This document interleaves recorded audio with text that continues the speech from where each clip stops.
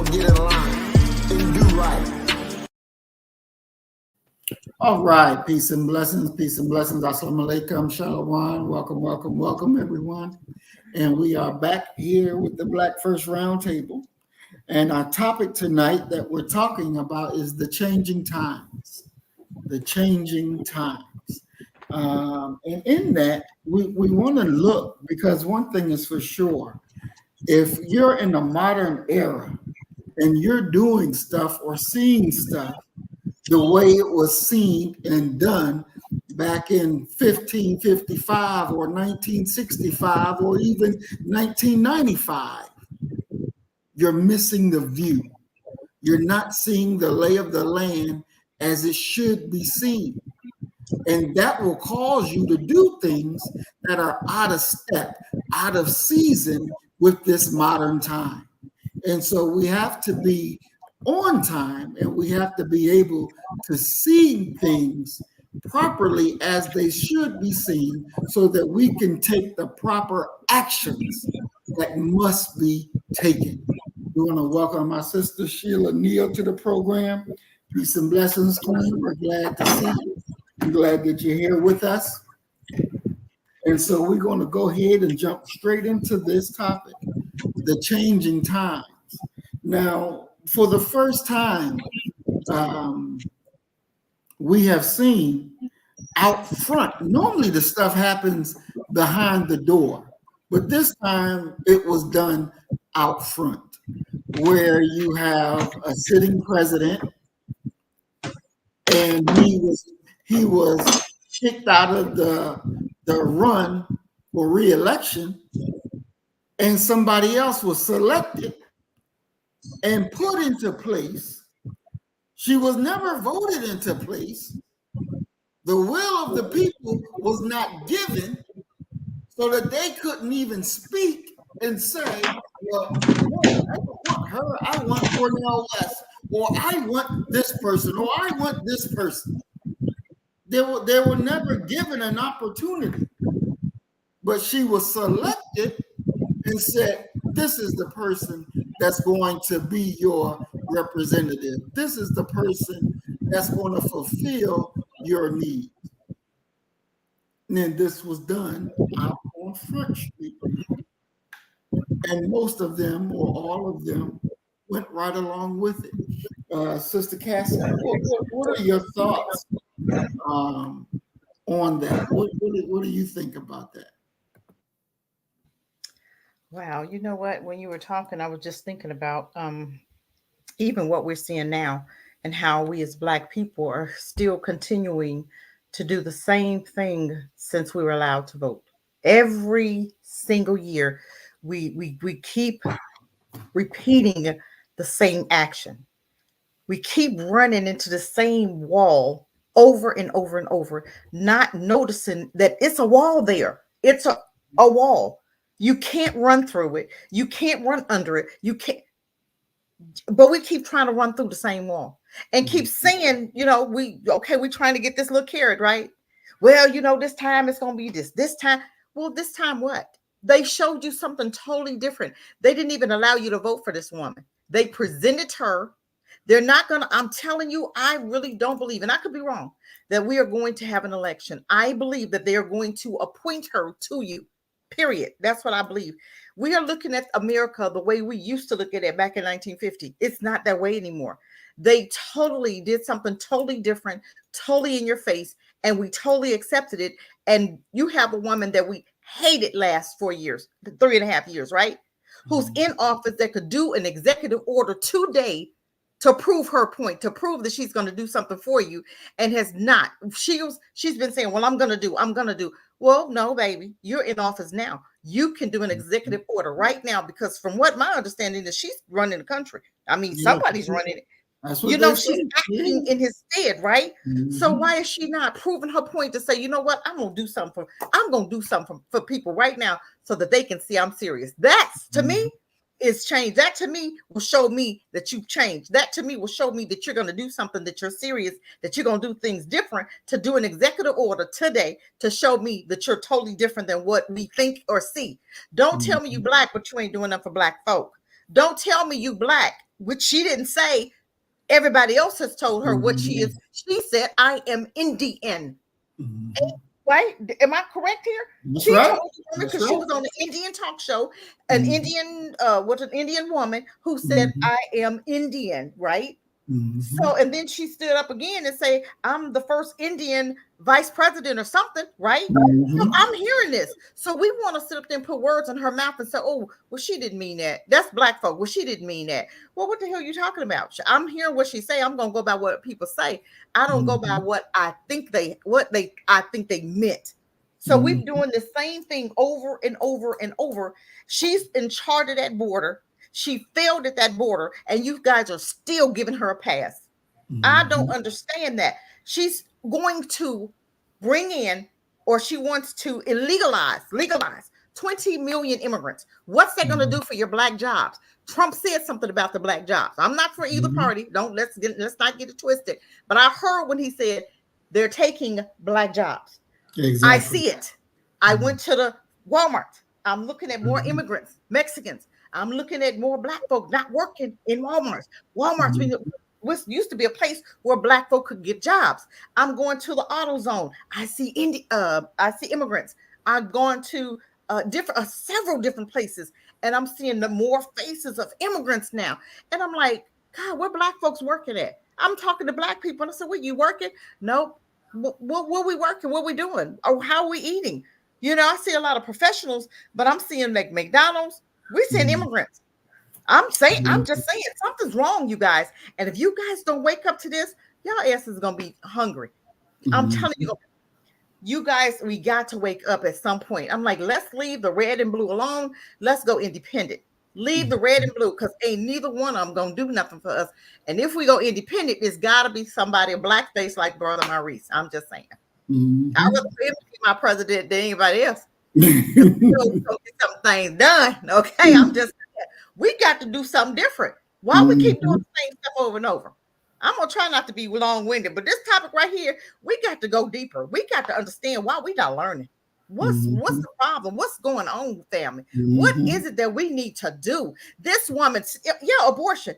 This woman, but you have to understand what abortion, what it's tied to. It's all tied to Planned Parenthood. Margaret Sanger, Planned Parenthood, then they renamed it and relabeled it, okay, to women's right and all this other stuff. But you're still talking about aborting black babies. Come on, you guys.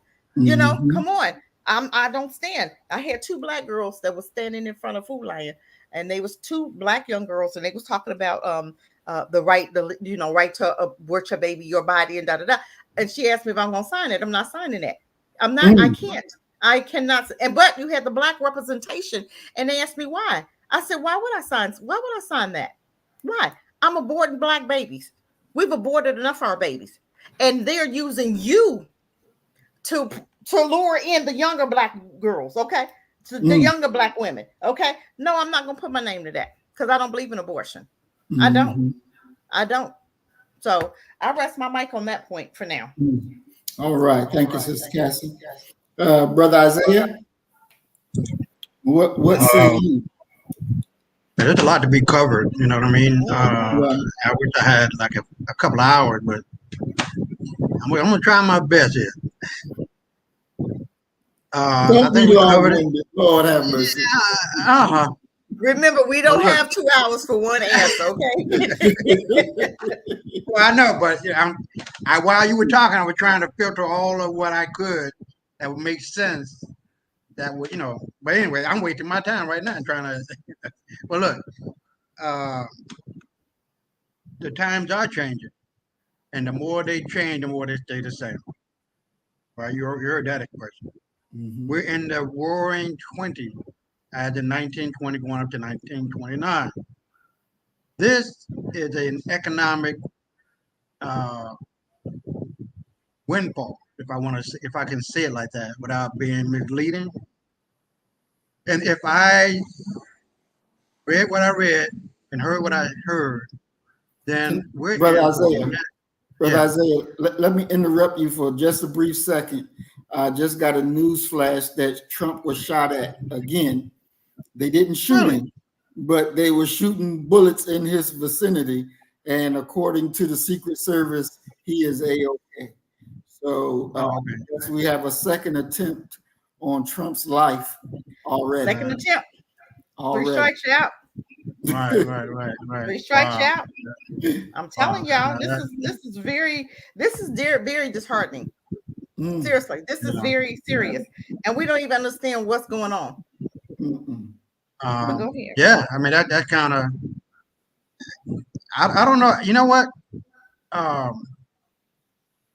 You talked about this, Brother Marie, with Mandela, and I brought up the idea because I don't know. You know, I wasn't here. I'm not him. You know what I mean? But he had a mole on his right side of his nose, and then when he's showing it, and after the gets free, it's on the left side. You know what I mean? Something like that. We're watching a movie, man, to make it plain and simple. I don't know for sure. I believe that. I'm like 95% certain that everything that going on ain't going on. Everything that we're saying ain't saying. You know what I mean? It's like a movie being set. And if you look at how Biden's office was, they had that shit on a movie set. And then the normal trees or whatever the case would be when Trump was in office is not in the window when he's in office, when Biden's in office. If you look at the fact that during his inauguration with Biden, if I'm not mistaken, it was sunny that day, but in the video it was cloudy or something like that. It was like the reverse or whatever. And you can see the people that are blinking in and out, if that's the right word. You know what I mean? So there's a lot of things that's going on. There are a lot of people who say they are alive. They're not alive anymore. You know, they've been sent to Gitmo now. But that's true or not, I don't know. I'm only putting it on the table for everybody to see and everybody to analyze and everybody to make up their own mind. But if I am right, and if what I read and what I heard is true, and we're about to get paid, that birth certificate that had been under the control of the global elite since the founding of the Federal Reserve, or a little bit before that, and up until this present moment, your birth certificate is worth at least $80 million. You feel me? And with Trump going around the world and collecting all of this gold and bringing it back accordingly and supposedly to our nation, that is now the Republic of America, not the corporation, then we're going to see a big change starting in 2025 because of the fact that we're going to be issuing out paper money that says, how did it say before? Gold certificate, silver certificates, and all of that. If that's true, man, look, we are the wealthiest nation on the fucking globe, if that's the case. And if it is, we're going to get paid, man. None of these goddamn immigrants deserve none of that money because they're not natural born citizens. They've been here for a minute. But man, I don't know. There's a lot of things going on that ain't supposed to be going on. Trump is still president,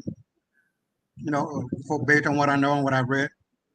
There's no way that there's an election going on. It's too much fraud going on. Even in his last or past debate, they cheating their asses off, man. The Channel 7, who was it doing the broadcast? All these motherfuckers, they are guilty of treason, of election fraud and interference, and they should be put in jail. So I throw it back at you. Just remember, the more things change, the more they stay the same. Thank you, dear brother Isaiah. I want to welcome Earth Angel 1105 Remix to the program. Peace and blessings, Queen. We're glad you're with us. I want to welcome our big brother, Brother Willie Rivers, to the program. Peace and blessings, Brother Willie. We are glad you are here. So again, the big news that's running right now is that Trump is safe and sound after multiple gunshots fired in the direction that he was in. But he's, according to the Secret Service, he is safe and okay.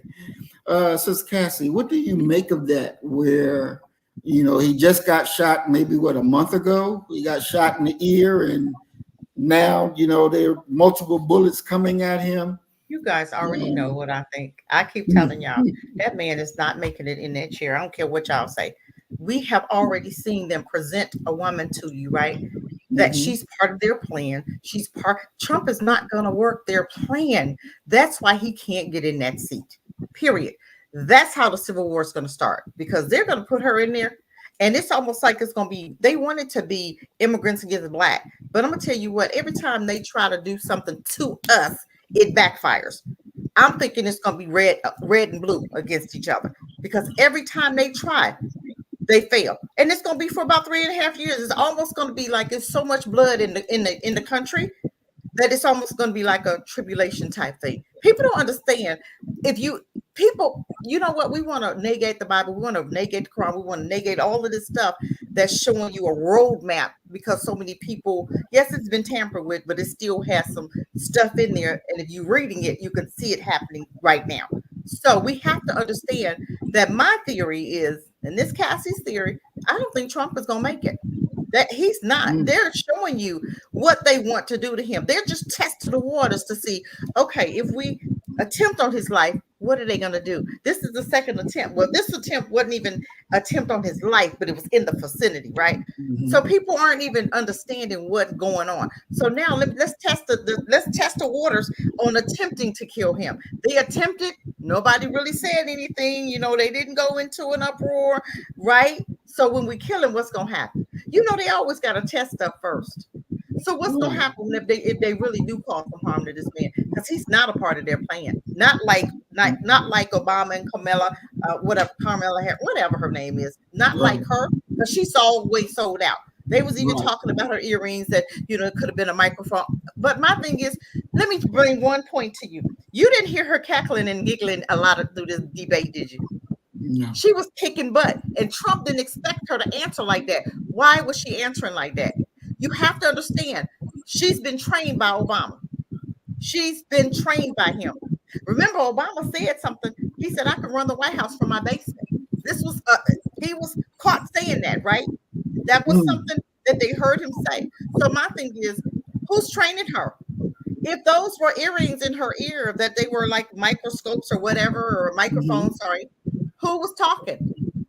She wasn't laughing. She was answering questions, and she wasn't going around in a circle where I'm gonna go through the tunnel, and the tunnel is here, and I'm gonna go back through the tunnel. You know how she usually answers questions? She goes in a circle. She don't ever say anything. She was answering questions that really shocked Trump, because he was expecting her to go in a circle. He knows there's something going on. We know it's something going on, because that's not how Kamala talks. I've never seen her talk the way she's talked in this debate. Ever. And that's why I watched it, because I wanted to hear how she was speaking. That woman spoke like she had some sense, right? We've never heard her talk like that. What's the change? What changed? What changed? She had help. She don't know what the hell she's doing, but Obama do. And we're going to see some things. You're getting ready to see some things. These next 3 months, watch your eyes. Watch the weather. Watch Trump, because that dude ain't going to make it. I rest my life. What did you think when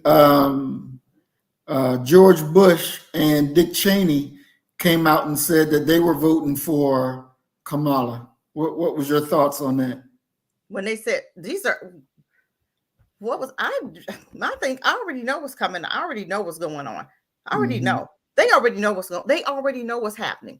They already know. They are testing the waters in so many areas with the immigrants. And then you got the immigrants who's taking over buildings. They taking over properties. You got the Chicago gangbangers talking about, you're not coming down here with that. So they're testing the waters in a lot of areas. So we have to open our eyes and see what's really happening. The whole world is changing right in front of our face. It's going to be a civil war. Trust and believe me, rather start within the next couple months, but I'm looking at a year in January when she wins this election, because she's going to win. Y'all get ready. She's going to win this election. Period. Well, it's not even going to be election. I think it's going to be an appointee. It's not even going to be any more elections. I really don't believe so. I believe they're going to appoint her just like they gave you. They gave her to you already. Exactly. And nobody said anything. Exactly. And this was a woman that nobody liked, but the media made you like her. The media made you think Trump is more racist than the Democratic Party. Why would you say that when Biden was the one that did Biden's law and put half of our brothers and sisters in jail? Then she prosecuted. Then she was doing some illegal stuff anyway. Don't nobody talk about the young woman that they let out of jail that she was supposed to be investigating. They let her out of jail at 12 o'clock, 11 o'clock at night, and the girl came up missing. She said she was supposed to reinvestigate. I don't remember the young girls. If anybody remember the young girl's name, put it in the chat. But I can't remember her name, but they released her. She had mental illness. They released her like 11 to 12 o'clock at night. She came up missing. So the family was blaming Kamala Harris. And she said, okay, let me in office. I'm going to open up her, reinvestigate her case, which she never did. Right. So this is some, and it's other things that what did she do about, as far as one guy was in jail and the way he got there, she kind of puts, stacked the guards against him. She was putting evidence. Yeah, she was, with the evidence and stuff. So we have to understand how this woman works. This woman is not, she's smiling a lot. Anybody smiling that much, you better look. You better look through that past that smile, because that's a demon right there. That's a Jezebel. You guys better understand that spirit behind her and ask God to show you her spirit. That woman is not right. She'll do anything, and she don't care nothing about black men nor black folk, period. Go ahead. Go ahead. I'm sorry. Yeah, I'm sorry. It just came across on X that the debate has been decided with an affidavit that it was a planned, skewed debate in favor of Kamala Harris. Exactly, because the girl was down there that was sitting was one of her alpha buddies, one of her sorority sisters. So you already knew that the girl was on fire, and she already had. You could listen to the girl the way she was talking to Trump, the one that was asking questions, and then when Trump would start talking, they cut him off and said, "We got to move forward."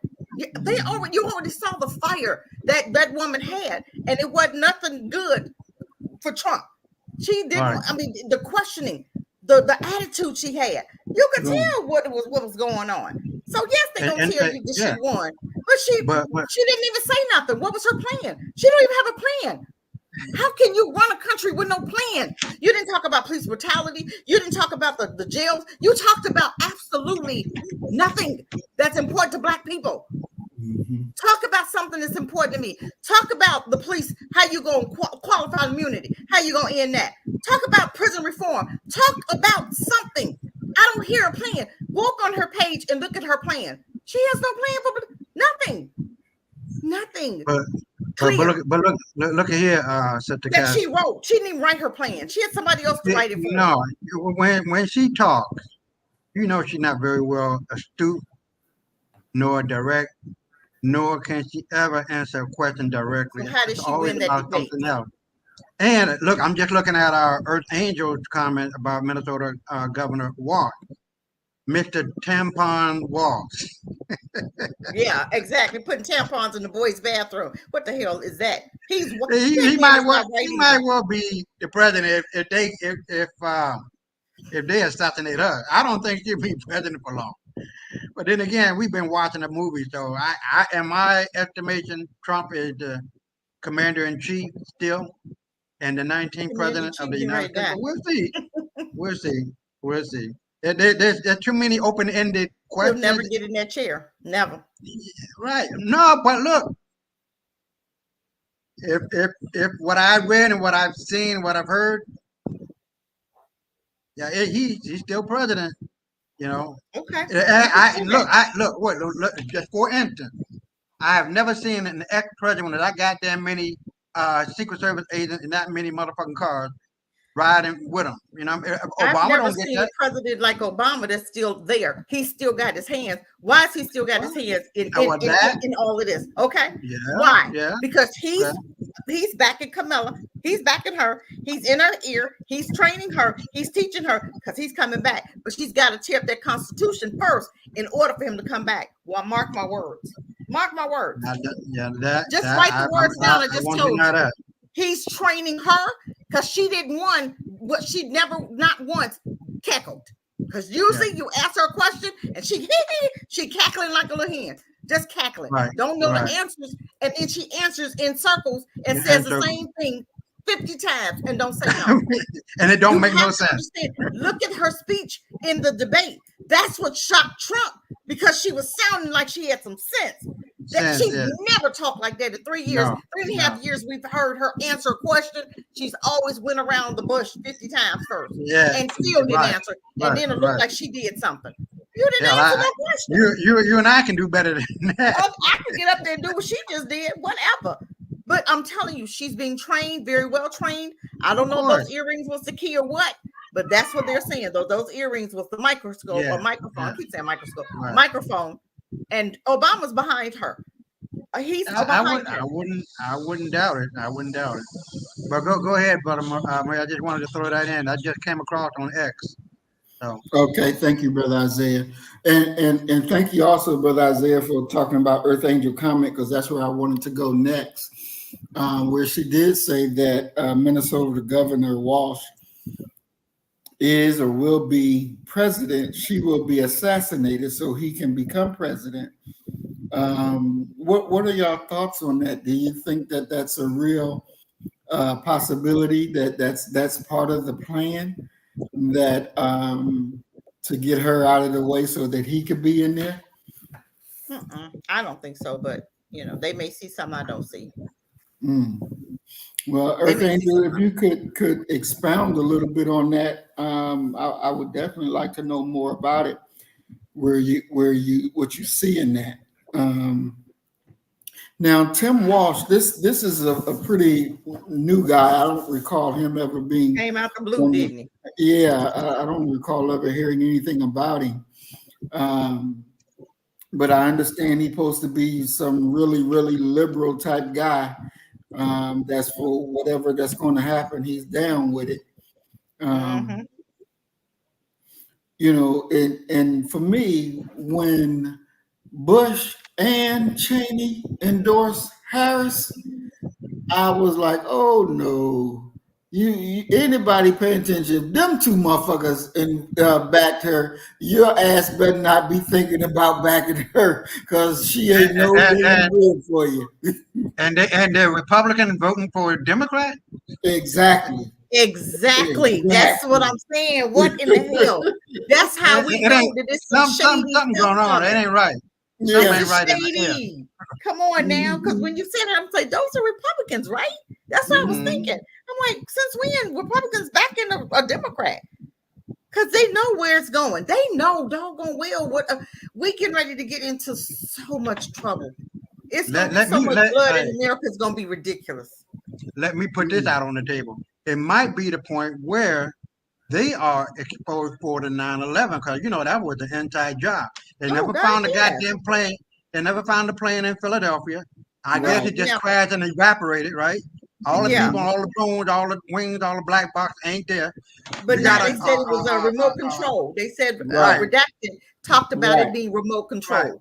Right. Okay, right. So I mean, look, I don't know what a plane that big ass round hole. Got a big ass round hole going into the Pentagon. That ain't no goddamn plane. And then did you see the hole? It was like a bomb. It wasn't a plane. I didn't see the wings. No, it was a missile. To the Pentagon. Did you? It looked like a bomb to me. Yeah. A missile. That's what it looked like to me. Yeah. I'm like, what are wings? Yeah. Never found no plane in Philadelphia. Never. There ain't no plane that hit the Twin Towers. A bird can damage. A flock of bird can damage the nose of a plane. There ain't no damn plane gonna go to that building like that. Steel reinforced. I think three times over. Fahrenheit 9/11. It was a movie called Fahrenheit 9/11. Y'all need to try to pull that up. It was way back in the day when it first happened.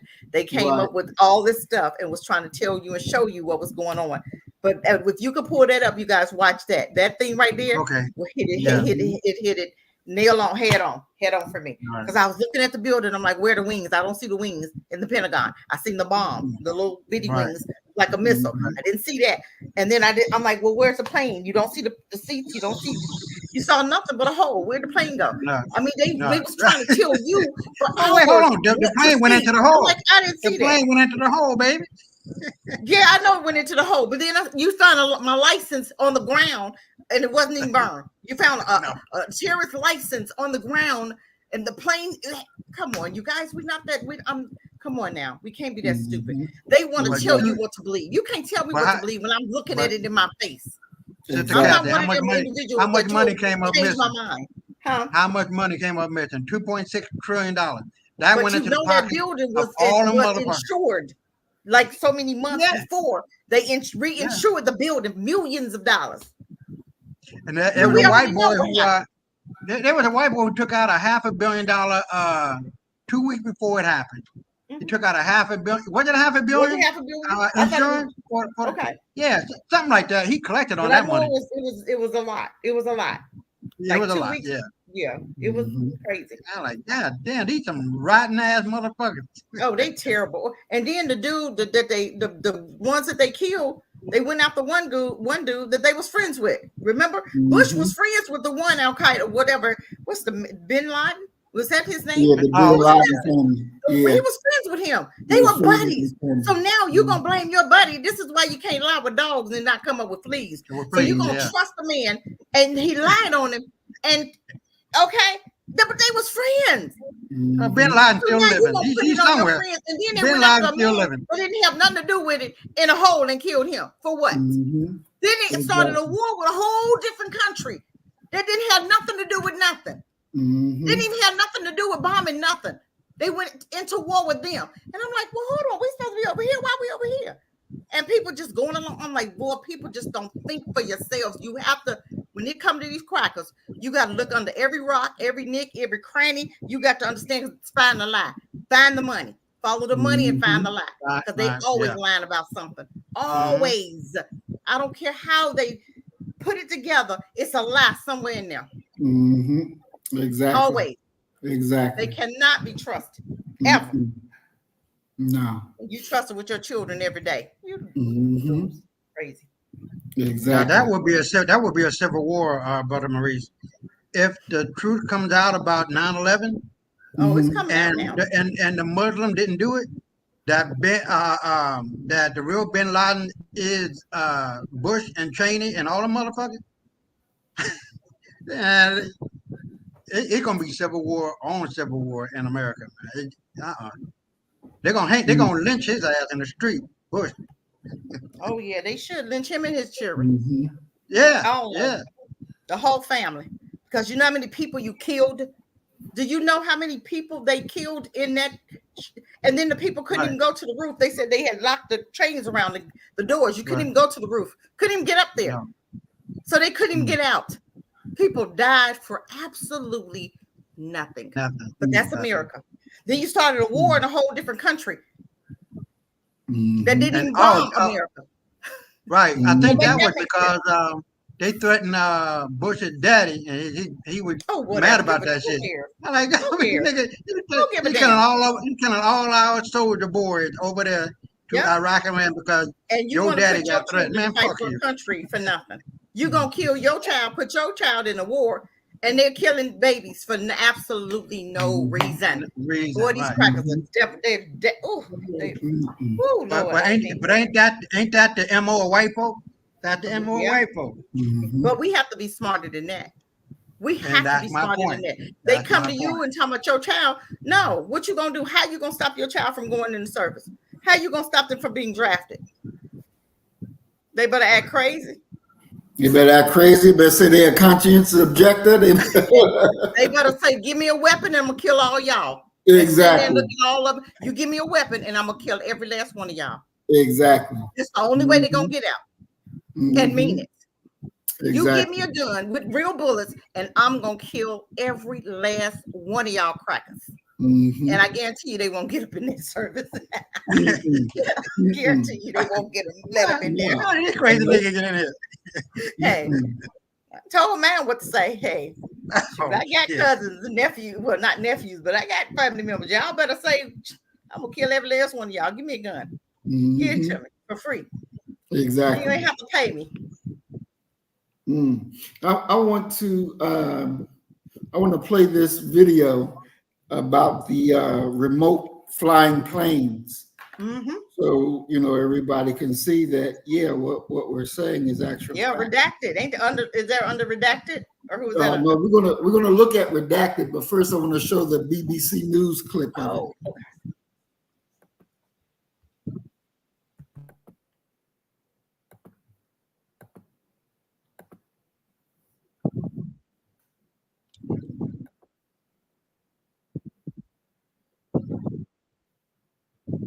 Eurofighter Typhoons here. Here at BAE Systems in Walton, in Lancashire, they're used to the roar of jet engines. They build and have tested Eurofighter Typhoons here. Today, however, I'm going to take a flight in an aircraft which is much slower than a Typhoon. This is a Jetstream 31 small passenger aircraft. Designed from the 1980s, but it's currently used by BAE Systems as a flying testbed, technology which could lead to fully autonomous aircraft. Maureen McHugh is head of research here. Tried and tested, very well flown and understood aircraft from the outside, but on the inside it's filled with the latest technology. That technology will eventually allow this aircraft to fly itself autonomously. Today, they're testing the plane's ability to detect and avoid clouds, as well as testing its satellite communication systems. But takeoff and landing will still be handled by human pilots, and the plane will be remotely controlled at some point too.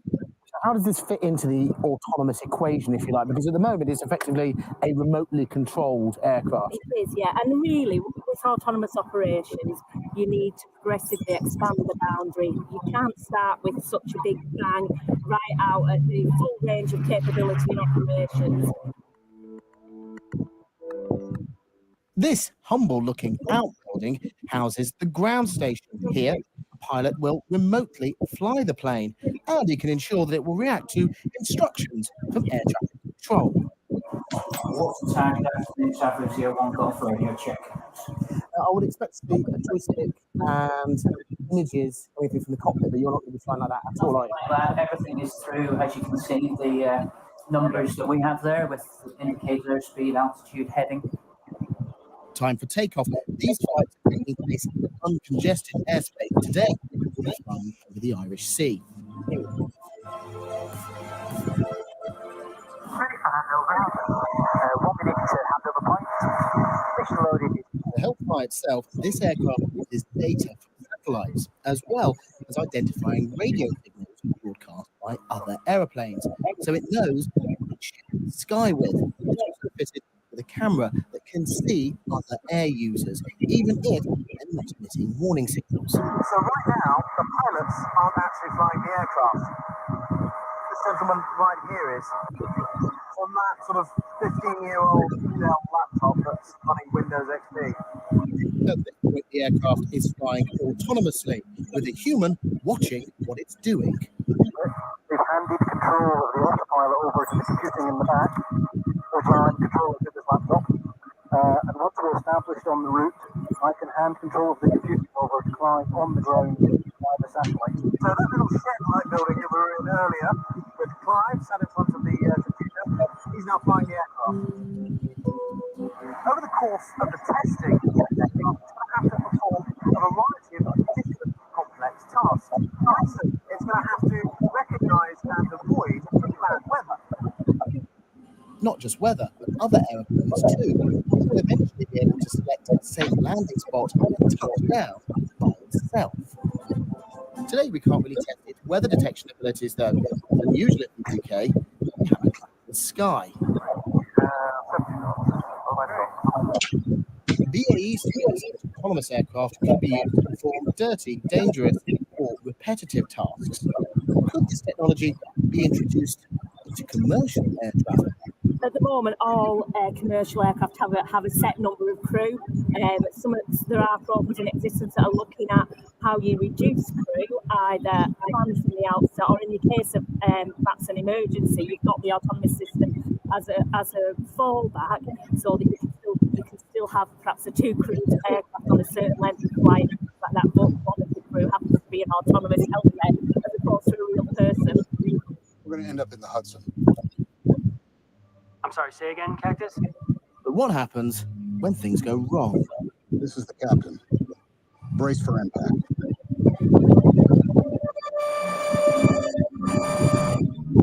While aerospace manufacturers are exploring the possibility of a cockpit crew, and commercial pilots think. To find out, we paid the British Airline Pilots Association a visit. Many decades of looking at aviation brought us to a position where we we've come to the conclusion it's best to have two piloting. We have reduced that to one. The problem you've got then, you've got no one to cross-check each other's decisions. Take, for example, the Miracle on the Hudson, Captain Sullenberg. So when the aircraft lost both of engines, the pilots had to have a discussion, they had to go through a thought process, and they decided that only course of action was to land on a river. There was no computer programmed to do that. Flight testing of autonomous aircraft continues. The debate about regulating them and how they're going to be used really only just begun. All right. So there you are. They're talking about one. They were talking about remote flying, and then two was autonomous flying. So the remote flying is already squared away. They got that down packed now. They're working on the autonomous flying. So to be able to take a plane first, when we look at the Pentagon now, you can go back and watch any video that talked about 9/11 and showed the Pentagon. The light poles are up. If a plane was coming through there, all of those light poles would have been knocked down. And not one light pole is knocked down. There's no way no 747 big old jet is going to fly through there and hit the Pentagon. Just not going to happen. It's just not going to happen for a plane to crash in an open field and you find no parts of no plane. It's just not going to happen. And flying level, not at an angle going down. Exactly. It's not going to happen. See, these I believe that when they did the magic gun theory with JFK, and they went with that, and the majority of the so-called white American people followed that bullshit. They said, "Oh yeah, well they went with that. We can drop some hell of things on these." Yeah, we can tell them anything and keep replaying it. And keep replaying it because you know what you saw, but then by them seeing it, you'd be like, "Well, did I really see that? Oh, I know what I saw, and I know I didn't see no plane. I know I didn't see no wings. I know I see no plane on the ground in Philadelphia because I'm looking for the plane. What plane? I ain't never seen no plane. What are suitcases? I ain't seen nothing. What do we see? Nothing. I'm like, hold on, where everything go? It just burn up. The more you go, the more you lie, the more it becomes the truth or something like that. And that's what they did. They kept playing it. And everybody just shut up. They stopped talking about it because they knew what they saw. But the news is saying something else. So if I say this, I'm considered a conspiracy theorist. That's what they, you know what I'm saying? Because if you keep saying it. And get locked up by the FBI. Yeah, exactly. But you only saying what's true. Mm-hmm. Yeah, and it's coming out now. It's coming out. All of them, everybody, every last one of them should go to jail for what they did. Mm-hmm. Exactly. Some people did get killed, right? For speaking out. Yeah, for speaking out. Yeah, they got killed. Yeah. The whole building came down on some of them people. Can you imagine the whole building coming down on you? Mm-hmm. Can you imagine being in well, shit, I don't know what plane would, but I know in the building came down. I do know that much. Can you imagine? I don't know about the plane, but I know in the building. And its footprint. Ain't that a bit? Ain't that Building 7 fell without nothing hitting it? Just fell. But they had tried already before. Remember a few years before, they tried to bring the Pentagon down and couldn't. Mm-hmm. So this time they said, we're going to put some bombs up in there. You couldn't even go on that one floor, they said. You couldn't even go on that floor. In the Pentagon or the Twin Towers? No, in the Twin Towers. Sorry, the Twin Towers. Okay. You couldn't even go on one of them floors. They said it was locked. You couldn't even get in there. Yeah. Please. You know them crackers up. They always up to no good. Always. Yeah, and somebody got away with murdering thousands of people. Thousands. Mm-hmm. And got away with it. Yeah. But lock it up black folk just for an ounce of weed. Exactly. For 30 years, 50 years, 25 years for what? Now they did a documentary called Loose Change. In that documentary, you had firefighters, you had people that was in the towers that made it, and they were telling what happened. Yeah. And they were saying, no, we heard explosions and floors, boom, boom, boom, boom, boom, boom, boom. Yeah. And coming down. And all of those people got killed. Yeah. They gunshot to the head, suicide. all of them were killed. Mm-hmm. 2 shots to the back of the head. And this is suicide. But it's suicide. But it's suicide. Okay. Mhm. Yeah. Okay. And so, you know, they were telling the truth. Mm-hmm. Yep. And one thing that's there that people don't want to really accept the truth. They don't want to see the government for what it is. Mm-hmm. They don't want to see it for what it is. Yep. They want to continue living in a damn dream. Yep. Because it's more comfortable to believe in a dream than to face reality and say, I gotta make some changes. Mm-hmm. They will take that illusion over the reality of this shit ain't worth a damn. Yep. Well, you take the red pill to wake up, right? Well, which one is They it? don't want to take no pill. They want to stay asleep. They don't want to believe that your government is not good for you. They don't want to believe that 2 years ago your government was trying to kill you. They don't want to believe that. Yeah, kill you. Yeah. You got They that don't right. believe that. Look, that was a hellified psychological battle. And Like, if you you tell was a weak, motherfucker- if you was weak, you stood in that line. That's all I'm gonna say. If you was weak, you stood in that line. But if you knew better, And you look, look at them like you're a damn fool if you do. Sister Cassie, I've seen people who took the juice, I've seen it, fall out and die, and the people come right behind that motherfucker and sit in the same chair where he just. Where they just I mean, died. I would run my black ass up out that bitch. I'm looking at people Like, now wait a that minute. took it who's suffering with cancer and all kind of illnesses now Mhm. from that. But you still Exactly. want to sit up there and get up every 2 days. You about up to booster 10 now, ain't you? You Mhm. crazy. You dummy. And what's heartbreaking is a lot of people are just falling out dead right now. Yeah, falling out. People And still they're don't not make gonna the tell the connection. truth. They don't make They the won't. connection. They making it. They're just not saying it. They just hoping they don't. Yeah, they don't want to believe it. You're right. Right. Mhm. Definitely. Family members getting mad at each other because you didn't take it. Are you out of your mind? You let you see grandbabies because you didn't. I wish the hell my daughters would have been. You can't see my. Mhm. You got that right. I'm your mama. You can't tell me what to do. Mm-mm. No. Some kids took their parents for that, and some parents died. One lady took her mom to get it, and she died. Can you imagine the guilt you got to live with that? Mm. And how are you or the mom, a parent? That's your parent. You telling them what to do? No, get out of here. Exactly. I'm your mama. Mm-hmm. Exactly. I asked my mom, I said, Mom, you gonna take it? She said, I done been around him too long. I know better. When she said that, I already knew. My mom was like, heck no. I done been around them people honey, too long. Exactly. It ain't nothing good. Ain't nothing good about them. Nothing. Mm-mm. And then they gonna get to you for free. You got to be crazy, black folk. Come on now. Mm-mm. Don't give you a bill to get offer you weed, offer you beer, all this illegal stuff right there, offered it to you. You got to know it was something to that. You got to be crazy. You got to be crazy.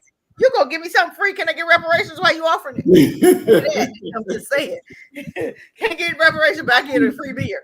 Okay. Mm. And the thing that people have to, especially our people, we have to look at and really make decisions. When America goes off to war, who freedom are you fighting for? It ain't yours. It damn sure ain't yours. No, you still dying at the hands of the police. Mm-hmm. Yep. So who freedom are you fighting for? These things have to be asked and answered. We were talking about voting at work, and we're in the pharmacy, so you're dealing with pharmacists and you're dealing with techs, everybody degreed up, and they're like, "Well, I've never voted. I've never voted. I don't even know who I'm voting for. I don't even know what to vote for. I don't even know what's going on, who to vote." And I had to give them a class and wake them up to understand what's really going on and how you have to see it. And this was Black and Asian, that I'm talking to, who don't understand the realities that are going on outside that door. And it to me is just shocking that you could be so dumb that you don't know what's going on in the real world. That you're literally closed-minded. Literally, you got eyes, but you can't see. You got ears, but you can't hear. The shit is going down right around you, and you can't pick it up. It's crazy. It's Look, crazy. Brother Muhammad, look, I don't want to cut you off, but look, in Chicago, I don't know about any place else, but in Chicago, they got these young brothers out here taking a canister about your forearm long, Mm-hmm. and they I don't know how you say it. They're not like they're smoking, it's like they're inhaling the nitrous oxide, laughing gas. And that's the latest What? craze. Yeah, I sent it to you. That's the latest craze among young people, and especially black people. I feel like if somebody had told me that what race was using canisters of laughing gas, I would say white folks. That niggas ain't doing that shit. They are huffing and puffing and falling out on laughing gas from a canister with different flavors, strawberry, lemon. Lord have mercy. I like, man, come on, man. We're not, and just like you were just saying, they how do you do that? You need oxygen in your motherfucking lungs, nigga. Why are you getting this laughing gas in your laughing ass? Because you're going to be laughing your ass off in that coffin. That's going to be it. Exactly. Yeah. Oh, cripple, cripple. I'm gonna find it and then on YouTube and send it to you. Hold on. Okay. Even with the school shooting that just happened a few weeks ago or days ago, actually there was two right after the one in Georgia, then it was another one somewhere else. The fact of the matter, when we were growing up, we never thought about somebody bringing a gun. You got a problem, we're going to fight it out after school.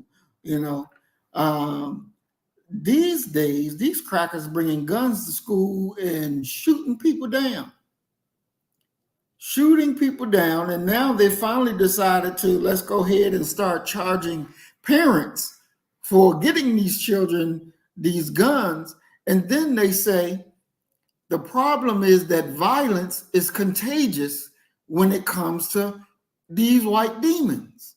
Violence is contagious when they see it done. It activates something in the mind of another one to say, oh, I'm going to be the next one. I'm going to go do it. So when you're dealing with a demon that can just see mass violence and get excited and say, let me get a gun so I can go do it. You cannot afford to have your children around them. You can't afford to be around them. Now, we're going to look at a clip of the last one that happened, and the teacher is telling them, don't go to the door, don't go to the door. And you hear the cracker child talking something, I'm going to go to the door anyway. I'm going to go to the door anyway. You what? You going to go to the door and open the fucking door? So you're going to let death come on in and kill all of you up. But this is the derangement in the minds. And you should be able to see and understand they're not like you. They're not programmed like you. But you want to be their friend, their lover, their brother, their sister so bad that you're going to go down there with them. You got to wake up and understand that we were never the same. Never the same. The programming, the DNA, it was never the same. Never the same. So I'm gonna find this quick video real quick. But Sister Cassie, what's your thoughts on that? I think, you know what I've always said, every time there's a school shooting, it's because of some type of injustice they've done to us. And the first one that you was talking about, remember, Breonna Taylor, remember they dropped the charges of the officers, right? They Right. dropped the charges and they blamed him, right? They said because he shot first and blah, blah, blah. So my thing is, you didn't do what you were supposed to do, so you had to have a school shooting. Every time they cause injustice to us, they have a school shooting. We have to understand. We got to start correlating the two together. Look up all the school shootings. It was either due to a police officer harming a black person, and they didn't like when it was what was that the dude who had the gun, Rittenhouse. Remember, they released him, and they didn't hold him up on charges, and they had a school shooting. I think the Texas one or something. Look up every time they don't do what they're supposed to do. It's always consequences. We think that there's not. Because we're not looking and we're not putting two and two together. We have to start looking at this stuff and understanding spiritually they are going to pay for everything that they've done to us. I guarantee you it. Everything they've done to us, they're going to pay. So that right there makes me feel the utmost joy. And I'm glad that they're prosecuting the children, that dad. Because they told the dad, the FBI had been watching that boy for a year.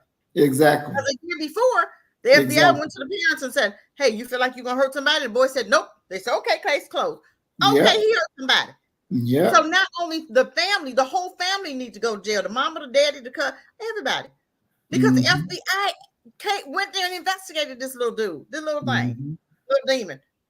And just because he said, oh, I'm not going to hurt anybody. Oh, we believe you, little Sammy. We believe you. They never hold their own accountable. This is what's bothering me. But let it be somebody black. Let it be somebody black. Like, I just want to mention that one group. Remember the Huru group, the black men that was doing so much, they ended up convicting him, right? Right. The group. They ended up convicting that man. So my thing is, why was he convicted? Because when we bring white folk in our group, we put ourselves at risk. Yes. I believe it was somebody in that group that was probably connected to Russia. That was probably, you know what I'm saying? That's probably how he got convicted. Because I'm like, if you feeding families, you doing what you were supposed to be doing with black folk like the Panthers was, because he was feeding families, right? You giving them medical treatment, you was feeding them breakfast. So how did how did we come up with the Russian thing? That he was working with the Russians? You know, so we have to understand how they work. Let's start understanding how these crackers operate. Stop always looking at the outside of them when they smiling. You think they're doing you a favor. They're never going to do you a favor. They will have a perpetual hatred for us, no matter what. Now, see, Sister Cassie, with that group now, they had a white group members as well. Yes, why? Yeah, and see where it got them, don't you? You see where it got him? Somebody in that group set that dude up. But this is, you've not learned. We always trying to say, oh, everybody. No, everybody might know. Everybody not. Because I'm going to tell you what, somebody in that group probably did have some connections to Russia. Probably was Russian. So now because you accelerate, you know, you got a Russian friend over here or a cold call friend. Now she done connected you to the FBI. Now you know what I'm saying? Now you got to fight some other stuff. No, stop doing that everybody stuff. Right. Stop it. You don't mix and mingle like that. That's what got him in trouble. But we don't understand that because we think, oh, it's racist. I don't give a damn what you call it. I'm not partying up with y'all. I don't care. Exactly. Always want to part up with everybody. Come on. Stop it. So we're going to look at this. This is the video I was talking about, and this is the teacher that's going to go over the footage. So let's just watch it and come back and talk about it. This is the footage from Apalachee High School that no one is talking about. And obviously there are bigger things going on in this tragedy of a school shooting. But I wanted to address this footage in particular because it deals with a problem that teachers have. So I'm going to show it to you. Don't worry. There is nothing graphic here.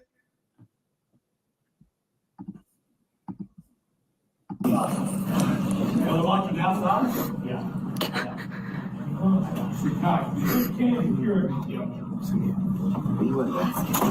That's why I told you not to open the. Well, if it was the shooter, I would put it down first. So in case you're wondering, it's not a drill. But you're fine. If they're here, you're fine. They're not here until this is over. You heard the shots fired before you shoot. Did you just see what happened there? I almost want to replay it. I'll talk through it. So what's happening here is this is presumably just right after, and there's either, looks like police officers and maybe some administrator or someone coming. Not to open the. And the teacher says this to the students. That's why I told you not to open the. That is why I told you not to open the door. So presumably whoever this child is who responds back to him and says, well, if it was the shooter, I think he says like, I would have taken him out first. I guarantee you that, or something ridiculous like that. But it speaks to this problem that I was talking about in my last video about student behavior. It is so insane that in America, some students are so out of control in the classroom that even when their lives are at risk, they choose not to behave. So I wanted to go back and talk about what I did in my classroom to prevent this, to maybe help out other teachers who are dealing with this type of behavior. And then to maybe be a wake-up call to parents that if you have a child like this who is defiant and who could have gotten that whole classroom of kids and that teacher killed, you might want to have a conversation with your defiant child about when would be an appropriate time to act out. Most of the time, acting out, okay, whatever, it's not going to get you killed. But in this instance, it could have. And then you hear other students crying in the background, and they're kind of, they kind of look over at him, and he's still being defiant in the midst of this tragedy and school shooting that has happened. He actually says, the teacher says, you see, it was not a drill. And then he tries to calm down the other students and reassure the other students. So let's talk about it. And I want to know your thoughts. So when I was a teacher, we had one of these drills like many schools do now. They're probably a lot more common now. That was like 5 or 6 years ago that I had our last drill, and I was teaching 5th graders. My class and another class in all of the entire school was the only class to pass the drill. Because what we were supposed to do is all the students were supposed to be quiet. We were supposed to turn out the lights, just like you see in that video. And all the students were supposed to be down and out of sight. The door was supposed to be locked. Unfortunately, our door, it looks kind of like that door, where my door locked from the outside. Very, very annoying. And it looked like that door locked from the outside as well, because I didn't see any locking mechanism in that teacher's classroom, which is common for, it looks like a science classroom or something like that. I don't know. Anyway, that's all we were supposed to do. Guys, be quiet, turn out the lights. We were supposed to cover the window and then get down. So we had the drill. After the drill, the principal came on and announced like, hey, I think at our, not over the loudspeakers, but I think it was a teacher's meeting where he said, hey, only Miss Mays' class and this other class actually passed the drill. So we're gonna have to work on that. Maybe you can ask them what they did. Well, I didn't tell anybody what I did. Okay, I want to know what that other teacher did. She probably had younger kids because my kids were the oldest in the school, but I'll tell you now what I did. So my students, and I would not recommend you do this unless you have a really good relationship with your students. And a lot of things as a teacher, I don't share because mediocre teachers or teachers without the relationship or without the skill to execute some of these things will try to copy it, and then it will end up being a disaster, right? So if you don't have the relationship with your students, you're gonna have to find another way to control them during a school shooting, a real one, or a drill. So my students knew me, they knew my kids. I have 2 children, obviously. So my kids were at the school often. They saw them on YouTube. They played with them when they came to class. I told them the day of the shooting, the morning of the drill, that we were going to have a drill, that it was just a drill, but I wanted them to pay attention because they had to do what I said, right? And we had some students, maybe between 3 to 5, who were the type who would like open the door, walk out the classroom whenever they felt like it, came back in whenever they wanted to, open the classroom door for other people. We had a lot of students, if you were watching my channel back then, in the hallway who would be like, not my students, but students in other classrooms who would be banging on our door trying to get in the classroom because they didn't have a teacher or because they had a substitute teacher who they did not like. And it was a daily struggle telling my students to ignore them and not to let them in, okay?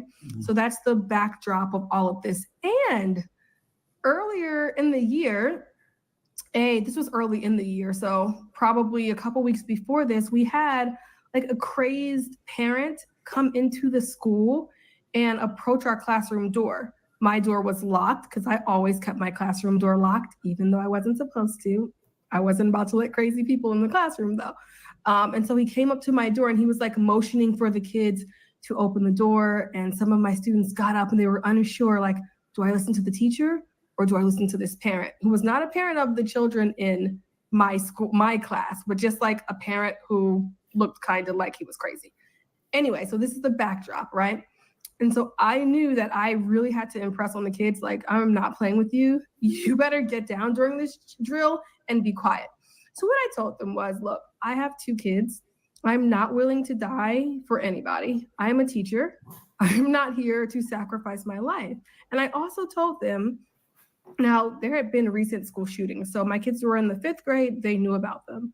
And I told them those students who died, those teachers who died, the news is saying, oh yeah, they died protecting their students, but that's probably not true. They probably were killed so quickly, shot so quickly that they didn't even know it was happening, right? Nobody said, yeah, she spread her body across all the students to protect them. No, like the teacher one of the teachers who was killed in this last shooting, he was just at his door looking to see what was going on, and then he was shot, okay? So I told them the truth about that and that nobody really wants to have to sacrifice themselves. And so I told them we wouldn't have to sacrifice ourselves if everybody just stays on task and do what you're supposed to do during the drill. I also told them, like, hey, I'm gonna have to call out some names. You, and you. Keep running in and out of the classroom. If you go out of my classroom during a drill or during a shooting, I am not going to open up that door. And they already knew that I hated opening the door for people when they came to my door. And I told them, like, seriously, if you leave that classroom, I'm not going to open the door back again for you if there's somebody in the hallway, because that puts everybody else in the class at risk, okay? And I told them, like, hey, do you want me to tell Miracle's mom that Miracle is no longer here because you decided to play around? You thought it was just a drill, so you got up and turned on the lights, so you got up and went outside the door? No, I had to tell Miracle's mom, hey, yep, I protected your child. Here she is right here.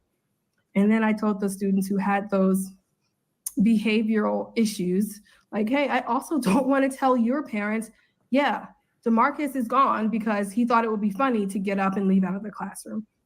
So basically the bottom line is I told them that I was not playing. I was not going to die for anybody, and that I had to protect everyone by focusing on the kids who were actually going to help themselves. I also said that so then they started asking me a bunch of questions like, well, what if this happens? What if I accidentally scream out, right? I'm like, okay, if it's an accident, it's okay, of course, but I'm talking about people like you see this student in this video deliberately getting up and like going to open the classroom door during a school shooting drill. Okay, so I told them, like, look, this is for people who are deliberately being disobedient, and don't worry, like, of course, I actually don't want to die, but probably because I'm an adult and you guys are children, I'll end up having to protect you anyway. And it will be okay if you guys are doing what you're supposed to be doing. But I'm not going to go out in the hallway and go get somebody's child who is running up and down the hallway. Absolutely not. So I hope that helps some teachers out there who are having this problem where students will not even behave in the case of emergencies. And I really hope that parents of students like this really talk to them and tell them, like, look, even if something is a drill, you need to take it seriously. And it's funny because another teacher at this school said she told her students it was just a drill, even though she knew it was not a drill. And they were all compliant, right? So it can really depend on the teacher, the students who are in that classroom, and just the whole vibe of the school. But it's really sad that we even have to have this conversation. And it's even just outrageous that, like, a teacher has to be cursing you out to stop you from harming yourself. So we'll show it once again, and then I want to hear what you guys think. How would you have handled this? Like, there's this drill going off and your students aren't quiet, or your students are saying, I'm going to open the door because I think it's just a drill. How would you handle it? Do you think I handled it right? I felt like I did, because my class was quiet during that drill. You did not know they were there. The principal unlocked our door. He's like, where's your class? I'm like, oh, they're hiding because we don't play in here. We're not going to get got, okay? That's right. And I congratulated them afterwards, and we had like a little party, and I said, okay, guys, our class is safe. I don't know about all those other classes, but our class knows that during an active school shooting drill or during an active school shooting, we know what to do. We're going to be fine. And I felt like that made them feel more safe than if their classmates were running around opening doors. But what do you guys think? We'll watch it one more time. Leave your comments in the space below. That's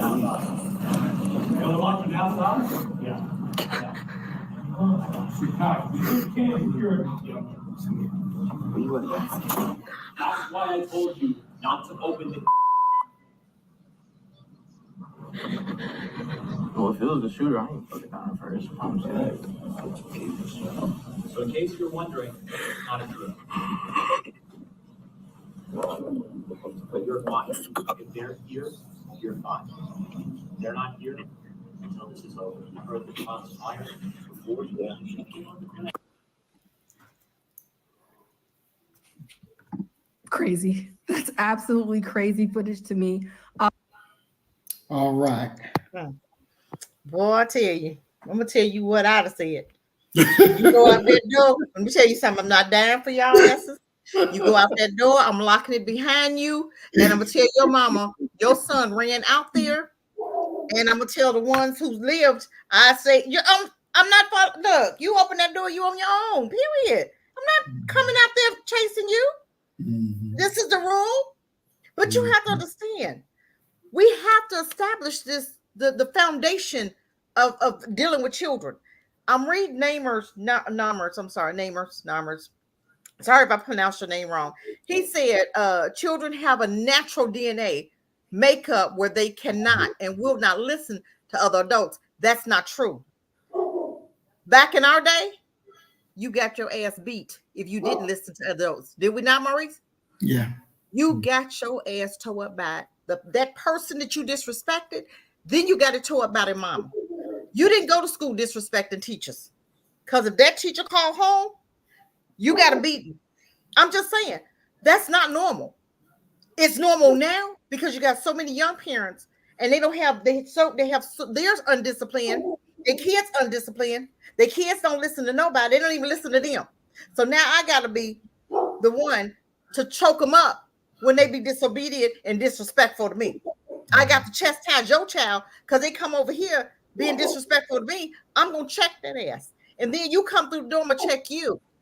Because I'm tired of these disrespectful kids because you're not doing what you're supposed to do as a parent. So no, that's not true. Back in the day, my granddaughter, disrespect if you want to. We still don't tolerate it. So it's a different type of parent you have now. It's a different type of grandparent you have. So our children know how to act.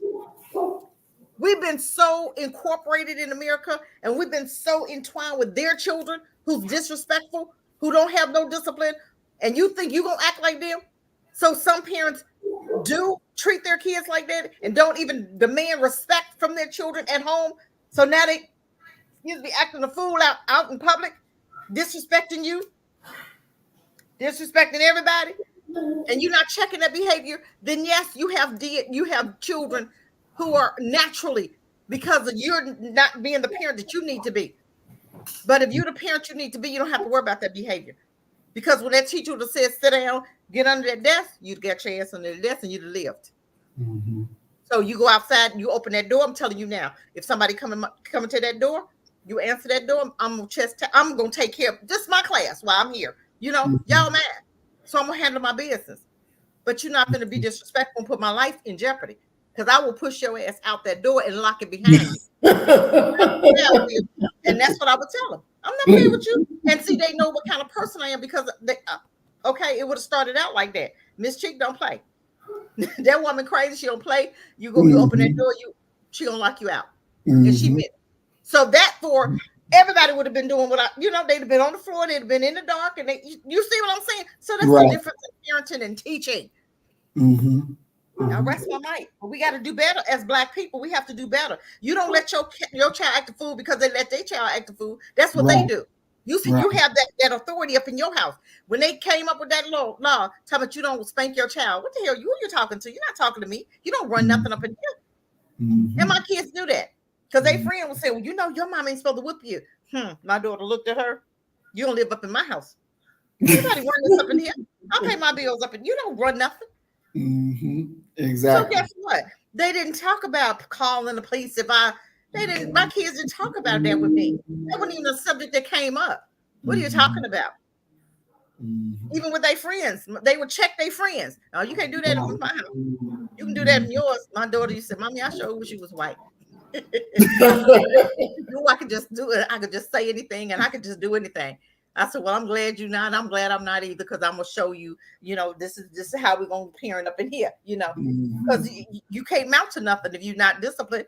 You can't mount to nothing having parents like that, and I began to show her some issues and some examples of what happened when your parent, don't parent. I rest my mic. And I want to ask you this, Sister Cassie, because I was going to make a comment on Narmer X's same one that you quoted on the welcome Narmer to the program. Peace and blessings. We're glad you're with us. Yeah. But in that instance, if we look at it through the racial lens, I believe that white children have a natural instinct not to listen to what a Black person tells. They don't have to. Well, just like I said, if you are a good teacher, you listen, you hear, you run in your classroom, you run in your, you know what I'm saying? And they know how you are. They know what you stand for. Like I said, I will not die for you. You open that door, I'm pushing you out, and I'm going to lock the door behind you. You think they're going to get up? Do you actually believe that they're going to get up in my classroom and go to that door when I told them not to? Do you really believe that? No, it ain't working. So no, that it is what it is. And even the white ones, they would have been checked. That behavior would have been checked. You ain't coming in here acting like that. Because for real, they scared of you. And you act a fool and you look like you're a fool and they know you're a fool, they ain't gonna try you. They ain't gonna try you because they already know. Miss She crazy. Leave that woman alone. Y'all don't bother her. Because she'll lock you out the class. Y'all go up there and knock. They already, how kids talk. Exactly. And they listen to each other. Exactly. Brother Isaiah, what's your thoughts on that? Well, I agree with everything that Sister Cassie said. But I would disagree with one thing. I would put all white folks out that motherfucker and protect my Black kids. Hey, it ain't gonna where it's gonna be, baby. No, because I know white folks and them white kids gonna get up and try to fuck around with that goddamn door handle. You know how they do. He ain't out there. We just gonna play. Well, you know how they do. I'm gonna, I just put all them motherfucking white kids out that goddamn door and let it be what it gonna be. Because you know how the movies go, and when a Black man is in or Black folks in that movie, we ain't going to no goddamn house with creepy noises and shit, trying to investigate, find out what the fuck. You know that. We ain't going.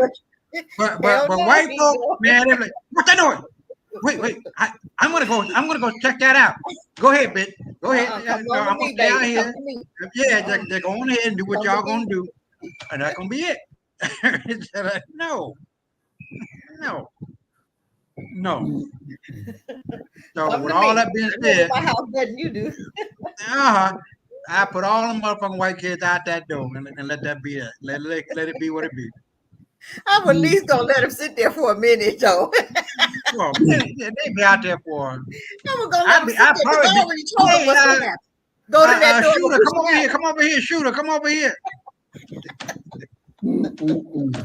Hey, you want my honest opinion, my honest word? You got it. These white kids ain't none of mine. They didn't look like me. Oh, boy. Oh boy, I tell you, I don't know what I'm gonna do with you. Yeah. Okay, Maurice, what you gonna do? Yeah, I. Like, I bet. You know how we do. I bet. You know, I'm the same thing. You don't open that damn door. You open that damn door, you going out that door. Pure and simple. My foot gonna kick your ass right out that door. Simple as that. That's right. You touch that door, you better not white get kids up. gonna test your ass, man. Yes, White kids, okay. No, they don't test both black folks. Most No. white kids understand how we are, and they understand. So they sit. They gonna sit down because they already know. I ain't playing with you. Open that door. Go toward that door. I'm gonna open it and push you out, and I'm gonna close the door behind you. Seriously, I ain't playing with you. I'm not gonna die for you. I'm not dying for them. None of them, black or white. Sorry, because you should have listened. Black folk, you following behind little Sam, your ass gonna be out too. And I'm gonna lock the door behind you because you disobedient. Because not only are you disobedient, you don't listen to me, you don't listen to your mama. Seriously, and your mama allowed it. So guess what? I'm still not gonna let you get me healed. You want to be disobedient? You want to follow little Sammy? Go ahead, I got you. I'm gonna lock you out just like I locked him out. Here, both y'all mamas. I locked them out because they was disobedient, hard-headed. But I'm gonna blame the parent. If you had taught them how to listen, if they was listening to you and respecting you at home, they wouldn't be dead. They wouldn't have been gotten knocked out. They wouldn't even been at the door. And that's exactly what I'm gonna tell them. I ain't gonna have no. I'm not gonna have no remorse because you tried to hurt me. You're not gonna hurt me, not for free. So touch that door if you want to. Exactly. Black or white. Because you disobedient, and now you got the consequences of your mama not training you to be respectful and to listen. Because you weren't listening to her. So of course you're gonna be in my class acting fool. Get out. Exactly. I'm not putting up with you. Exactly. No, sir. Now I want us to take a look at this interview that was done with our little brother right here, who was a witness to the shooting in the classroom. And we're going to watch this and come back and talk about it. Okay.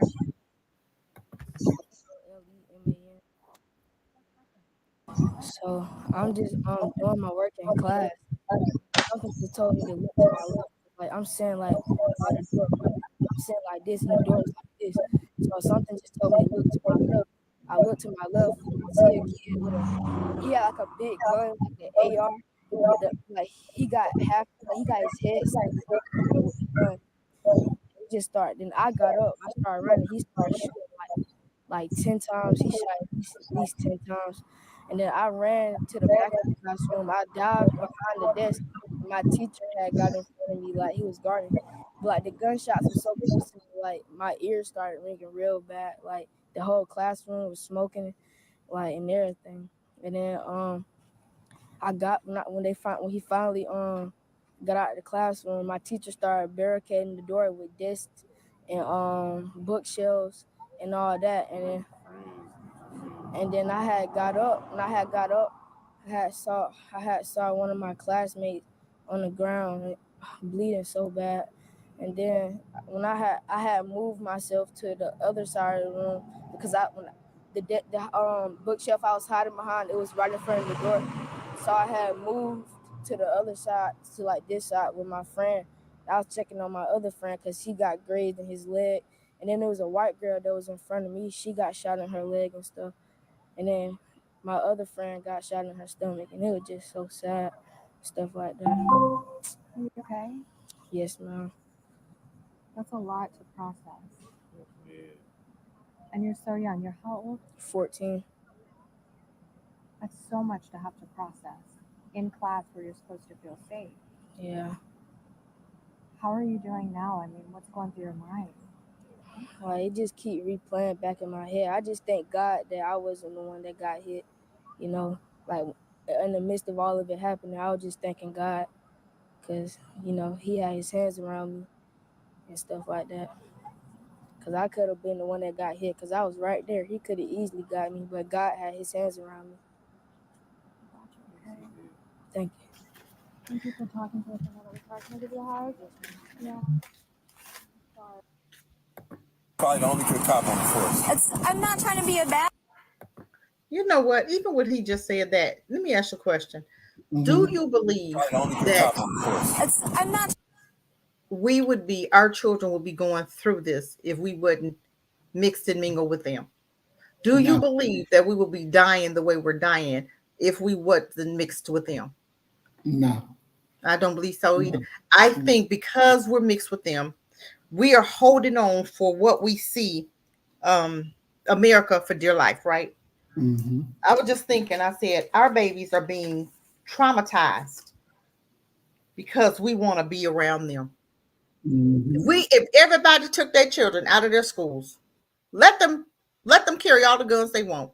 Let them do what they need to do over there. And we protect our children, separate our children, do what we need to do over here, start educating our own children. I believe life would be so different for us. Because I believe that after 5, when we start sending our children into their schools, that's when we see all the trauma happening. That woman had the nerves to ask that baby, "Are you okay?" What the hell do you mean? He's not okay. Mm-hmm. How are you okay when your life was right? You almost lost your life that day. How are you okay? Mm-hmm. Let's think about that. If we had our own schools, if we were total separated from them, a lot of what they going through wouldn't come over here to us. But guess what? If they tried it, we take them out instantly. We have our security. We have our school security. We have parents in those schools with guns. So if they even try to come to the damn door, what you coming for? What you coming over here for? And you handle your business. They don't even supposed to get into school because you're supposed to have security outside the school. You have security, dads, parents that's available to come in the schools today. Come on in. Let's patrol and protect our babies.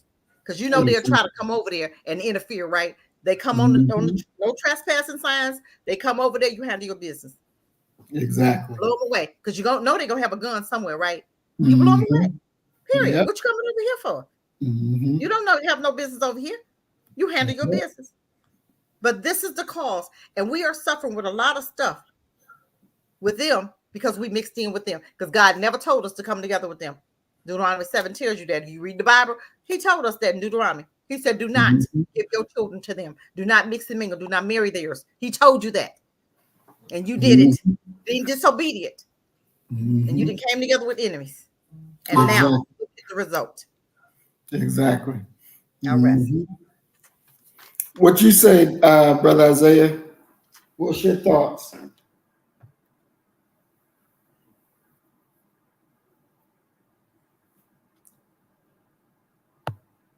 Your own, you know what I mean? And I see a big difference in our kids and what they were going through. They didn't go through anything bad, but it's just the idea that when you are homeschooling your kid using whatever program you got, man, you are. I mean, it's tiring. I'm not gonna lie because you have to do this. What 4 or 5 hours a day, right? 6 hours, and but the payoff is great because you can see the results of your kids improving, of their father and their mother taking a more active role rather than shipping them off somewhere. private school, public school, even if it's just a public school or private school where they go for what 6 hours a day, 8 hours a day, and come home. You don't know what the teachers are teaching them. True. And yeah, so I'm really glad I'm able to really because I didn't do this with my first two daughters. They went to a normal school, but since now I've been doing it with Jacob and Aaron. It's like it's a world of difference, and you can see the difference in your kids when you are homeschooling them. You know what I mean? And seeing that they're taking more of an active role. I mean, they're active fool every now and then, just like kids. They're trying to play the game. Well, I'm tired. What, nigga, you don't know what tired is. What the fuck? You tired. Like, you better sit your black ass down here and read this motherfucking book. I'm going to put my tired ass foot up in your ass. I'm tired. You talking about you tired. You don't know tired yet. Yeah, you know what I mean? Am I lying? That should be cracking my ass. You know what? One day, when they're acting a fool, I'm gonna tape that shit and I'm gonna send it to y'all. Yeah, you know what I mean? I want to send it to y'all. I'm like, what the? And I know he just did not say this, but yeah, it's I see a big difference, man, and it makes me feel good that I'm able to see them learning how to read because I am involved in it. The mother is involved in it, and as a family unit, we're there. So we need our own. That's bottom line. We need our own. Fuck white folks. We don't need them. They need us. You know how that goes. But hey, it's gonna be what it's gonna be. We're gonna be serious about it and get it done. And I'm not talking about LeBron James school because them motherfucking niggas ain't learning shit. They can't even pass the 8th grade high school what do you call it test? Grade not level actually test. his school. His name is on it, but it's not his. Yeah, They I'm still like, teaching the regular stuff. but they're not passing at their grade level. And that's what really fucks me up. I'm like, he putting into all his money into these schools, and they ain't pass. No, the state test. That's what it was. They can't even pass the state test. I'm like, what the Right. fuck are you doing? Right.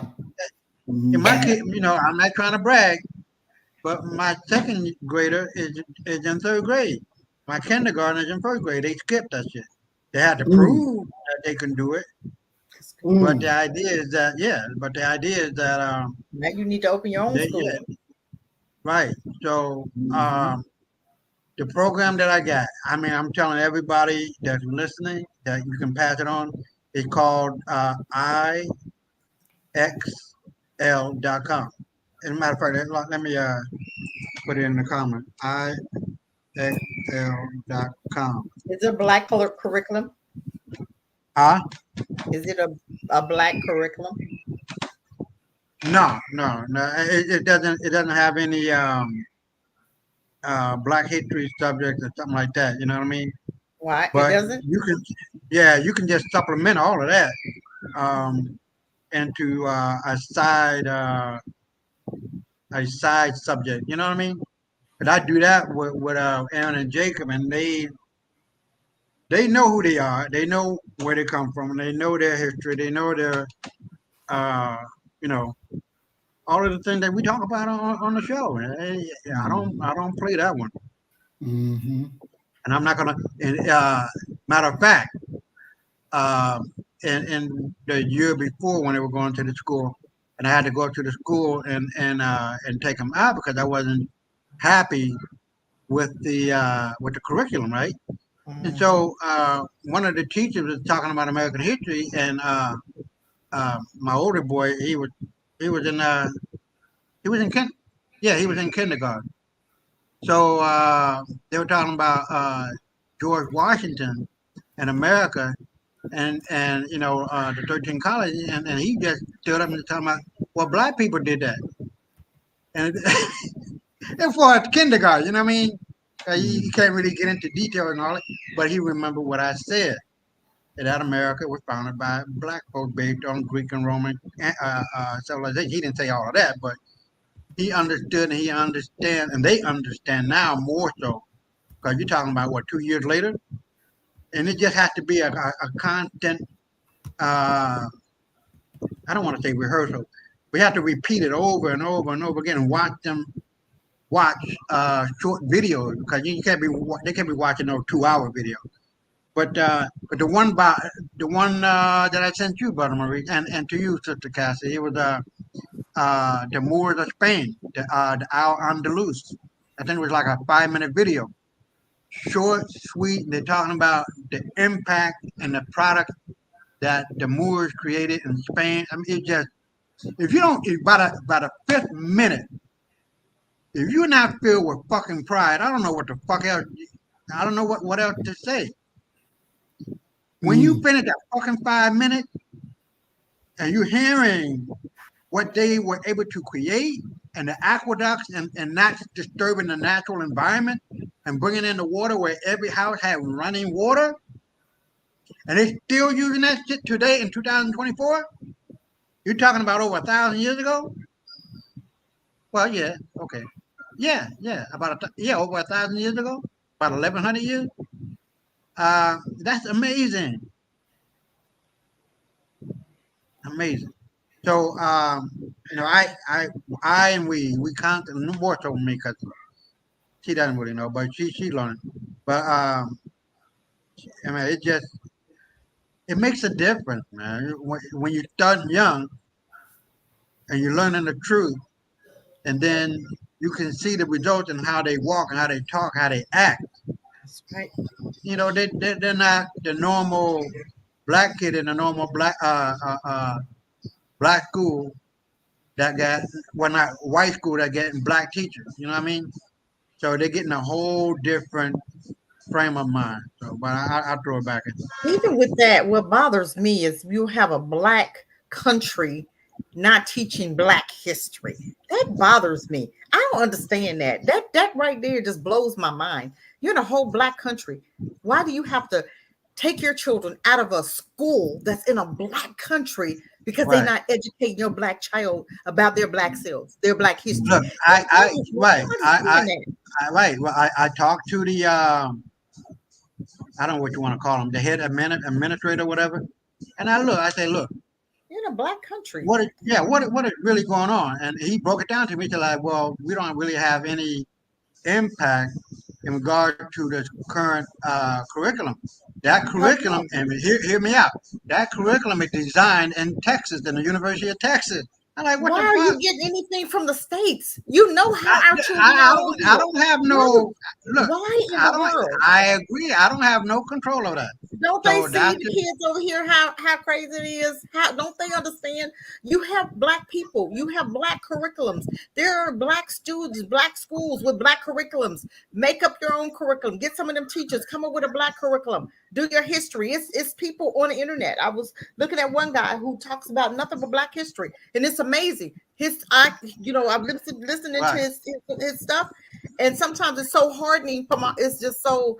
For me, it's hard to listen to because I hear all the stuff that we went through in our history. I have to turn it off sometimes, right? But I'm just saying, it just makes no sense to me. We as black folk have to do better. We have to do better. We sitting here, we black, but you trying to put a white mentality in people Dominic? That's why they act the way they act. That's why they act the way they act over there. You trying to act white, y'all niggas over there, niggas. You're not white. Nobody. You're not white. You got black blood. You're connected to, I don't understand that. I'm not arguing against you, but I'm arguing with you because it's so important that not only black kids here in the Dominican Republic got to know their history, but in America proper and the whole world, man. Our history is so deep. We've held enough American history. I met a girl that came. She's Dominican, right? One of my students. I met her the other day, and her and I had a really good talk about Haiti and Dominic and Spanish. We had a real good talk about why things are the way they are there. And she's dark like me, right? She's dark. And she goes, even I have a problem in the Dominic being dark. Right. Even right, I right. have a problem because you Right. got so many light skinned, lighter ones Yeah. that think they're white. They want to walk in the white skin. They want to walk in the whiteness of Now this is her. I would say yes and no. I would say yes and no about that. Well, let me finish because I'm listening to her. This is her Right, experience right. in the Dominican, and she said Right. until she talked, and She's then they Dominican? understood. She's Dominican. She- She was born oh, there. okay. Yes, she's Dominican. Yes, she was born there, and she's here now going to school, right? And she Well, talked you a need to lot try to about get a her lot to of get great on the information. show. Yeah, tell her to come on to the show. Okay, I will do that. Yeah, I will do that. Brother Murray, we're gonna have it out after what really going on in the Dominican Republic. That Yeah, would be a good show. That would be, Yeah, that but would be she good. was talking about I some can good I can stuff, speak Spanish to her. Oh yeah, she was. Yeah, she said yeah, and then Well, she she was speaks talking about English, the Spanish obviously. people. But she was talking about how the Spanish people, even over there, want to challenge her as far as her Spanish. But she was born there. But Yeah, well, how did that got work? a lot of good information, and she talked to me about the Haiti and why it's like it is and stuff. And Right. because I had some questions, and her and I had Okay. a great conversation. What did she say about Haiti?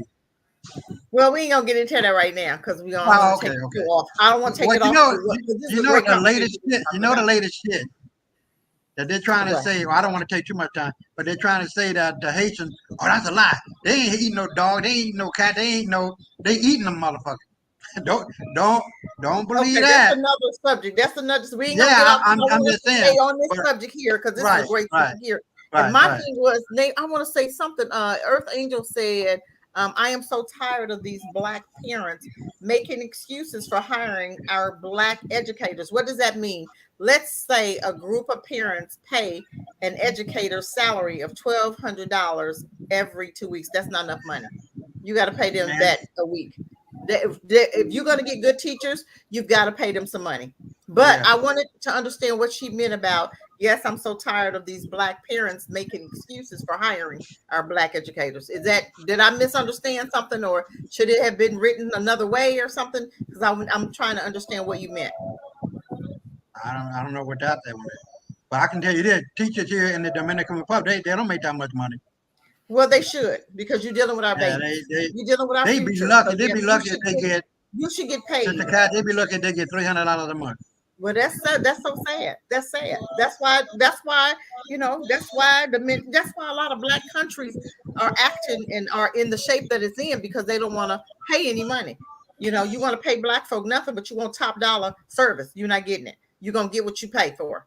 Mm-hmm. Okay, not hiring them. Okay, got you. Thank you for clarifying that. Appreciate it. Depends. Now I want to take us for the last part of the program to this video that the jackass did. I forget his name, but he was interviewing Black people on the street and asking them, you like Trump, you love white people, these type of things, and you get different type of answers. Mm-hmm. But I want us to look, and then after he asked the question, then they answer it. Then I'm gonna turn to you all, and then what would your response be to the answer that they gave? Yes. Yeah, I think I seen something like that. Yeah. Yeah, I think I seen that. And I was like, what in the world? Yeah. What in the world? Exactly. I just don't even know, Maurice. I just don't even know. I'm shaking my head. Wow. We've come a long way. Yeah. Come on, guys. Come on over. You ready? So let me ask, how old are you? I'm 20. Oh, that's Peterson. Oh, God. I'm 15. Oh, Lord. Did you vote for President Trump? Nah, fuck Trump. Fuck Trump, man. Fuck Donald Trump. He taking our state into a hellhole. I do how? Because how he taking all the free money and stuff, man. He's taking the free money? Yeah, He's taking all our dope, man. Taking all the I dope, needed just some doing too. dumb shit. What free money is he taking? Damn, you asking too much shit. All the motherfucking free money. Fuck Donald Trump, though. Okay, so we just heard that the first group that he talked to. Now, if you were to interact with those with our young, and we're talking about the Black First position, and how would you, or what would you say to them, Sister Cassie?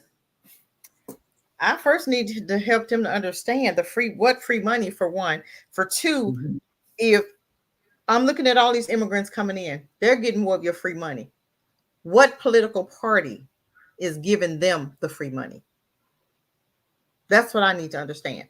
Because you got immigrants getting housing, medical, school, EBT, everything that you should be getting. And now I'm seeing that a lot of programs that single Black young ladies are getting has been cut in half. I've seen a young lady now, she's only getting what, $100 in food stamps? She has 3 kids. Why? Oh, wow. Why? And she's a CNA, and they said she makes too much money. Well, we know how much CNAs make, right? Exactly. So how is it that so therefore you're cutting their food and giving it to the immigrants? So I need you to understand, and I need somebody to educate them as far as free money. Who's giving away the free money? Who's not getting the free money? Who's doing all the voting? Because people that's not voting, I see them getting everything. But the ones that's voting for a particular party is getting absolutely nothing. So I just need to, we just need some more education. And they're not going to get it in those white schools. This is how 100% we need to be educating and separating our children from them, because the mindset is just warped. It's done. It's done. Definitely. Now, I want to ask you before I go to Brother Isaiah real quick now, when we're dealing with the Democrat and the Republican Party, those are the only two real main parties. Would you advocate for them to go join the Republican Party? No, I would advocate for their own freedom. I would advocate for us to push an idea of us voting for us. I don't believe in voting for white supremacy. I don't believe in voting for anybody that don't look like me, that don't think like me. Even West, I can't vote for him. I'm like, let's get a guy, let's get somebody Black that's going to think like us, that's going to do for us. You understand what I'm saying? So no, I would never tell them, hey, try the red party. No, I would say F the red and the blue. I would say, let's go independent. Let's go African pride or something, have our own political party, and let's put some stuff on the books for us. Reparations. Let's talk about police brutality, prison reform. Let's talk about that. Let's get these records expunged. Let's talk about how we're going to expunge their records. When they come out of prison, they've done 20 years. Let's wipe their records clean and give them a fresh start, because they've served 20 years. Debt is paid in full. So why do we still hold it over their heads? Why do we still not give them a job? All of this stuff needs to be talked about, but nobody's going to bring it up but us, because it's happening to us. Exactly. So that's what we need to talk about. Exactly. I agree 1,000%. Brother Isaiah, what would you tell those young men?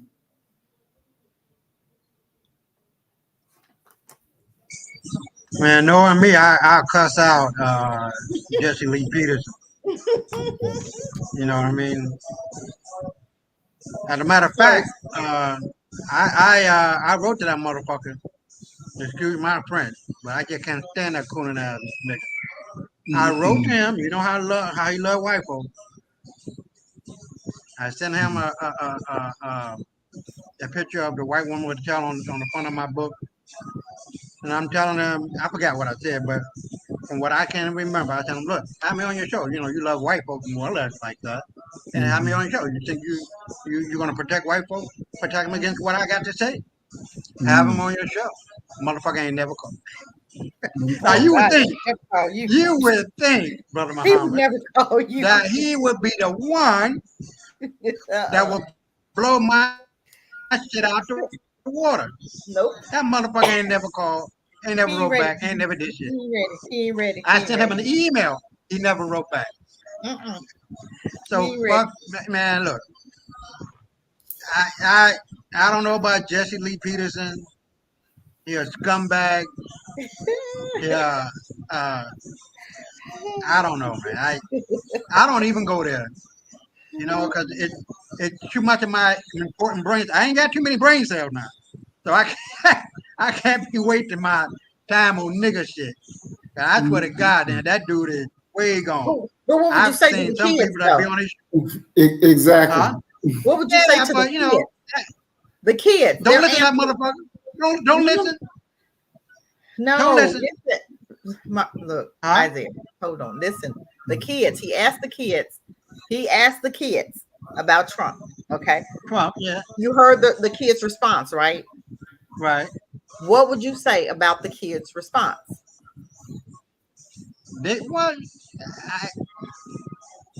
I probably wouldn't say anything. I mean, they got the right to think and say what they want to say, and they walked away. So, Well, sometimes kids need to be educated, and if they're not being educated, yeah, properly, but look, it's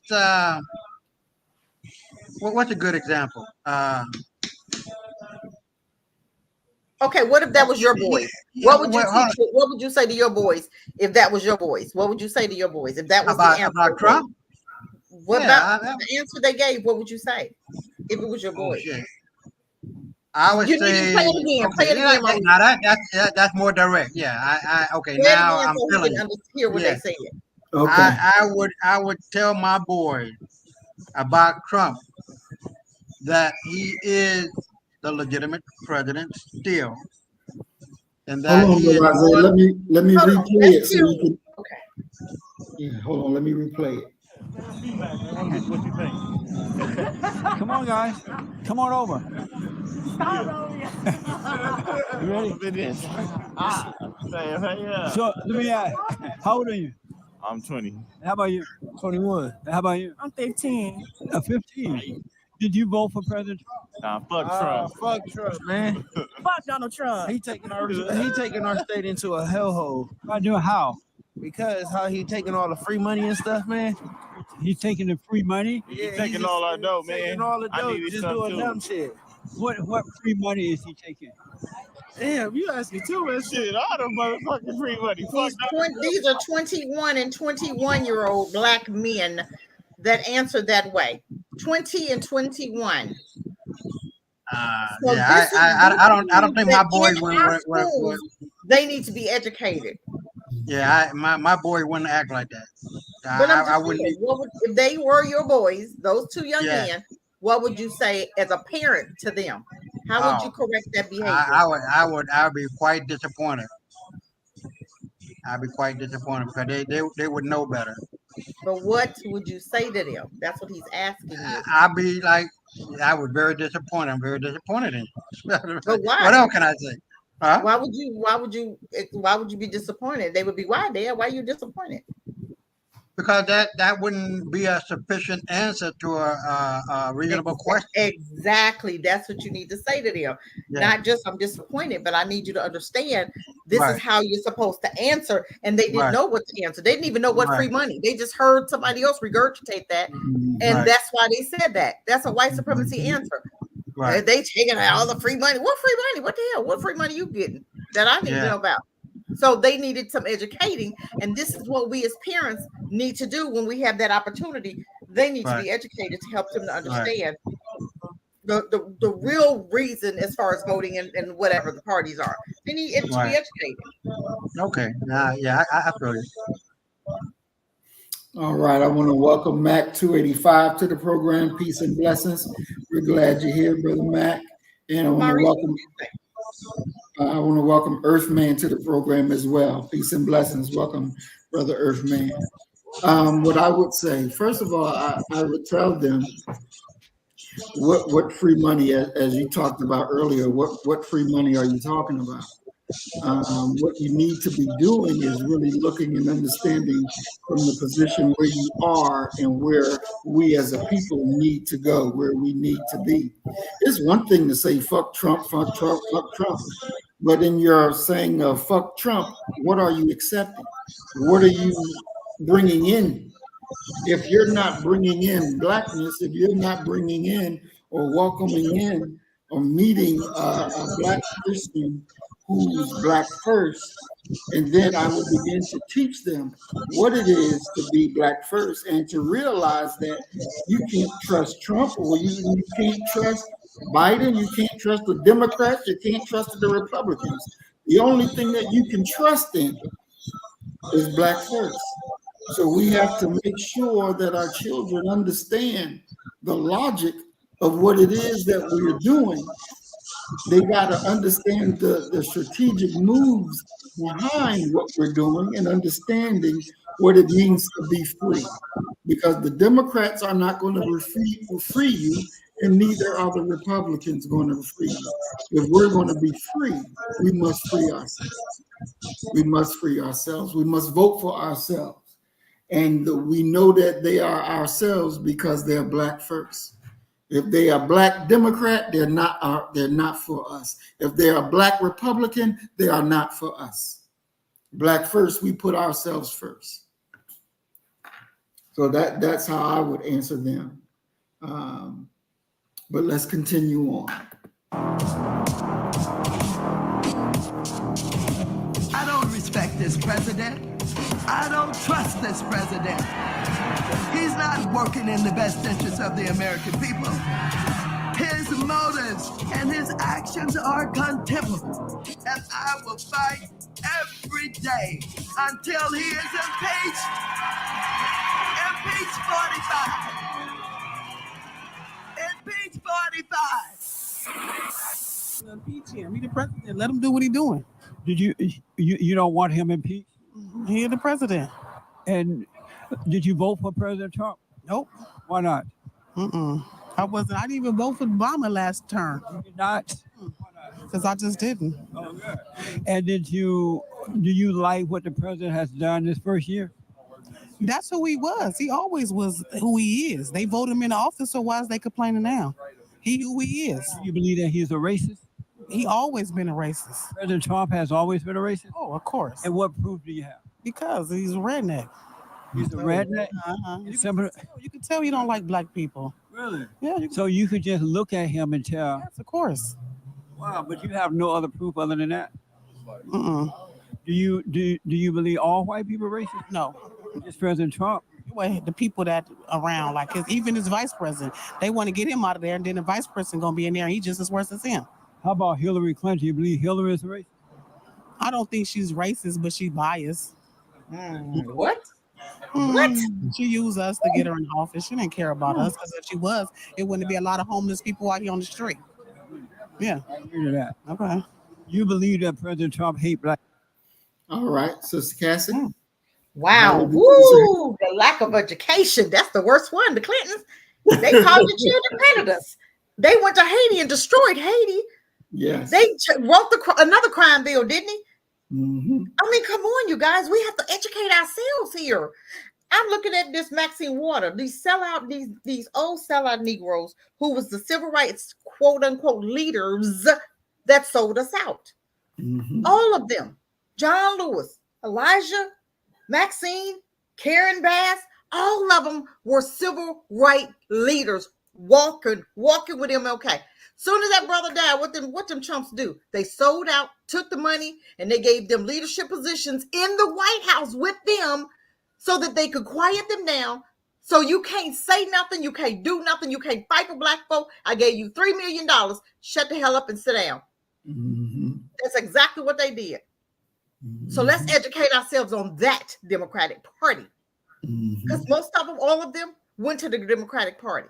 And swear up and down. They don't. Our Black children get shot, you don't hear nothing, do you? Don't promise them nothing. What is it? Benign neglect. Don't promise them nothing. Don't mention their name. You ain't heard nothing. You ain't seen nothing.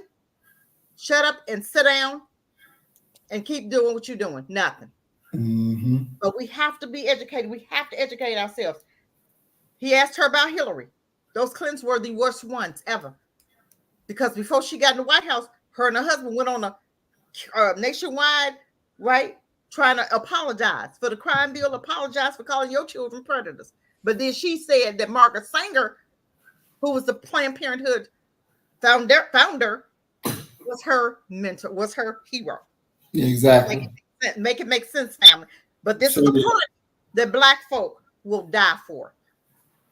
This is a party that you'll vote for your own demise, seeing how they trying to replace you right now, and you'll cover for them and give them a pass, and you'll call Trump, who did the Second Chance Act, who let a whole bunch of Black folk out of jail, Black men, when he was in term. But you ain't saying nothing about that. And I'm not saying anything. I'm not for either one. But I just want to help you to see the difference. Mm-hmm. Now, if I'm so racist, I'm not saying he's not. But why would I put anything on the line for black folk? And I understand he wants your vote. So I don't believe either party. I don't believe either one. But I'm just saying, what have the Democratic Party, who you go all out for, you give your blood, sweat, and tears, you'll go to bat against your sister to protect them. What have they done for you? Exactly. Excellent. Excellent. Thank you, Sis Cassie. Brother Isaiah? The music being played too loud. I'm gonna let it slide for a minute. Okay. They tripping. We can hear you though. That's all right. But Brother Isaiah, he's skirting running from the question. He don't want to get in that. No, you can't hear the music. Can you hear me? Yeah, we can hear you clear. And you can hear the music too, right? But when you done talking, just mute yourself. But you can go ahead and take what you gotta say. Okay. All right, bet. All right. Well, yeah, I mean, shit. Max said we are truly lost. So the only way we can really circumvent this and go around it is to really get into the politics with our kids. They got to learn early. Mm-hmm. They got to understand the power of money that dictate politics and the policies that are put into place, and that your voting counts, and that the understanding of what politics is, and that politicians and the political game play a make for strange bedfellow, man. You know, you find yourself in bed with a lot of things that you would not normally do in politics. But that's the nature of the game, and that's the nature of the beast. You feel me? And so when you get into lobbying and political PACs or whatever, political action committees, right? PAC, you begin to understand the impact of what money and voter representation means. And that's something that's not happening in the Black community. And you can see that in California, where I don't know who was it? Was it the FBA? Yeah, the FBA, ADOS, something like that.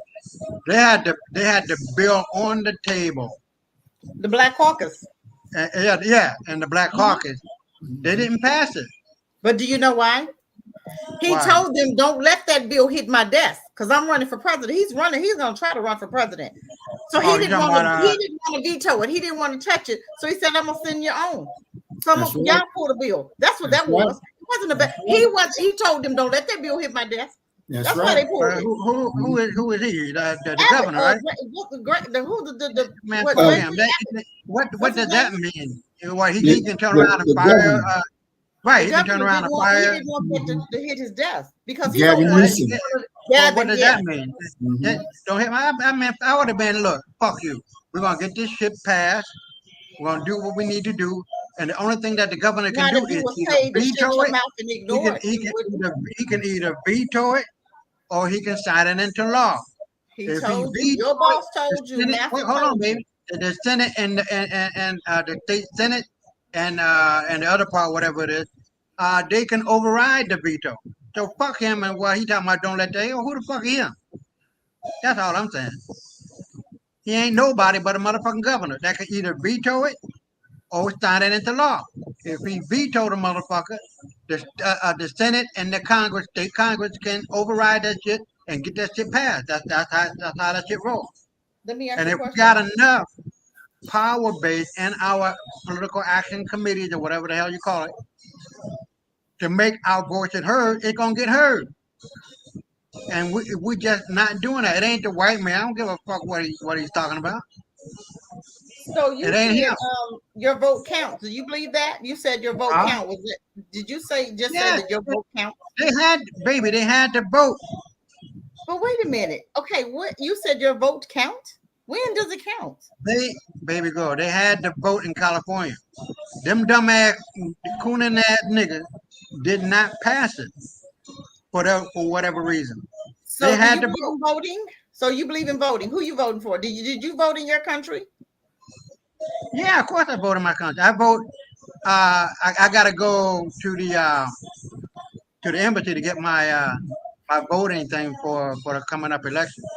But I vote, and I vote here for the president or the senator Did or it the work? governor. Huh? Did it help? Did they what? Did it help? Hurt what? Did your vote hurt? Did your vote help or hurt? Did my vote hurt? Did it help or hurt? You Oh, voted. here in the Dominican Republic or in America? Both. I look. Trump won. When you were in America, did you vote Democrat or Republican? Oh no, I've always been no. Let me take that back. That's a lie. I've always been Republican, but when I saw fit that to vote Democrat, I would vote Democrat. I voted for the mayor, Harold Washington. I voted for the mayor after him. I can't remember his name. Democrat. So we've always had Democratic mayors. You voted for Daley? Huh? Daley? You voted for Daley? Harold Washington. I know you said Harold Washington, and then Daley was after him. No, no. I've been so long. It was another black guy who came into office after he died, I think. Okay. But I don't think he ran for mayor again. So yeah, you're right. Daley did come after. Daley did come after. But, whose family was a gangster? Whose forever family was a gangster? The mobsters. Yeah, how did that go? But who? Okay, it was Harold Washington, and then somebody. It was Daley. But who was before Daley after Harold Washington's death? So it was the black guy that came in. Yeah, I don't know. I don't even. But they didn't vote him in. He was like a replacement because they killed Daley. They killed Harold Washington. They killed him in the midst of Right. he had just won. Yeah. So he was Right. like his replacement, but he didn't do nothing for Chicago, not black folk like Harold Washington was. And they Right. ended up Oh, killing yeah. Harold Washington, Oh, yeah. and then they put Daley Right. in after the black Right. guy. So let me Right. ask Maurice. Maurice, do you believe in voting? I believe in voting for black first. Black first. But that's the other only- than that, I can't give you my vote if you're not going to be helping black people. What Right, difference would that make if we know that a political party is not doing anything for us? Now, locally, I believe in voting locally, especially to get them judges and DAs out of there. I do believe that, but federally, I don't see black folks. We've been voting since forever and getting absolutely nothing for our votes. So why would Well, that depends on what economic strata you're on. Okay, I get That, it. Okay. that depends on the economic strata that you're on. So the rich people. You've been on the economic strategy. Hold on, for baby. Democrats. In the Republican Party, when Trump came into office, rich people got over. Now, I'm not rich, but I benefited to whatever degree those taxes and tax cut went through. All right. I don't pay taxes. I've never paid taxes. As a matter of fact, I beat the IRS when they were trying to jam my ass up. I wouldn't say that on national. I wouldn't say that on the internet. That I never played. I wouldn't give a fuck. What are they gonna do now? That was 100 years ago, and they know. Look, I went and was caught up on that bullshit. Okay. I beat. No, I'm gonna tell you the story. Oh no, They no, we don't cleared know out. the whole Hold story. on. It's just a good story. They cleared out the whole motherfucking courtroom. Listen to me. This is no bullshit. I know. I went there. They cleared out. They made sure they had everybody else out that motherfucker, out the courtroom in the IRS tax court. All right. I didn't go in there talking about this. I didn't go in there talking about that. I didn't go in there talking about whatever. And I said to the judge, what is the law that makes me liable for the income tax? I got a blank check right here. Just tell me what it is. I'll pay it. He couldn't pay it under penalty of perjury. He couldn't say it, nor could the IRS agent say it. And they let me go. Okay. It's just that motherfucking simple. Okay. What is the law that makes me liable for the income tax? Okay, I like that. Okay. So this was a white judge now. Uh-huh. And I walked out there, and that was the end of that case, to make a long story short. So, with all that being said, yeah, I mean, it really depends on what economic strata you're on. So, and what benefits does the Republican Party shell out to the rich folks? Okay. So, it just really depends on where you're at, economically speaking. The Republican Party, even I wrote in my very first book, I wrote called Penny Fortune. I talk about the economic fallout when the Republicans are in office and the Democratic, without going into detail, the Democratic Party and what they do and how they bring about the fallout of America, economically speaking. So there are certain companies that you can invest in when the Republican Party are in office and the Democratic Party when they are in office. So that's a whole nother story. Mm-hmm. I throw it back at you, Brother Maurice. All right, and I want to welcome Information Man to the program. Peace and blessings, big bro. And, speaking on the California reparations, I was on working with Camilla Moore. With that, I even spoke on one of the panels. On my TikTok, I got the video posted up there of the little talk that I gave fighting for lineage-based reparations. And after I gave my little speech, the brother that came on behind me was like, all right, come on, let's wrap it up. The people have spoken, let's make it happen. I told them in the very beginning that we have to realize two things. Well, three things. One, we're giving them a moral argument. Two, we're giving a moral argument to people who have no morality. And three, we're asking them to do something. We're asking them to do something.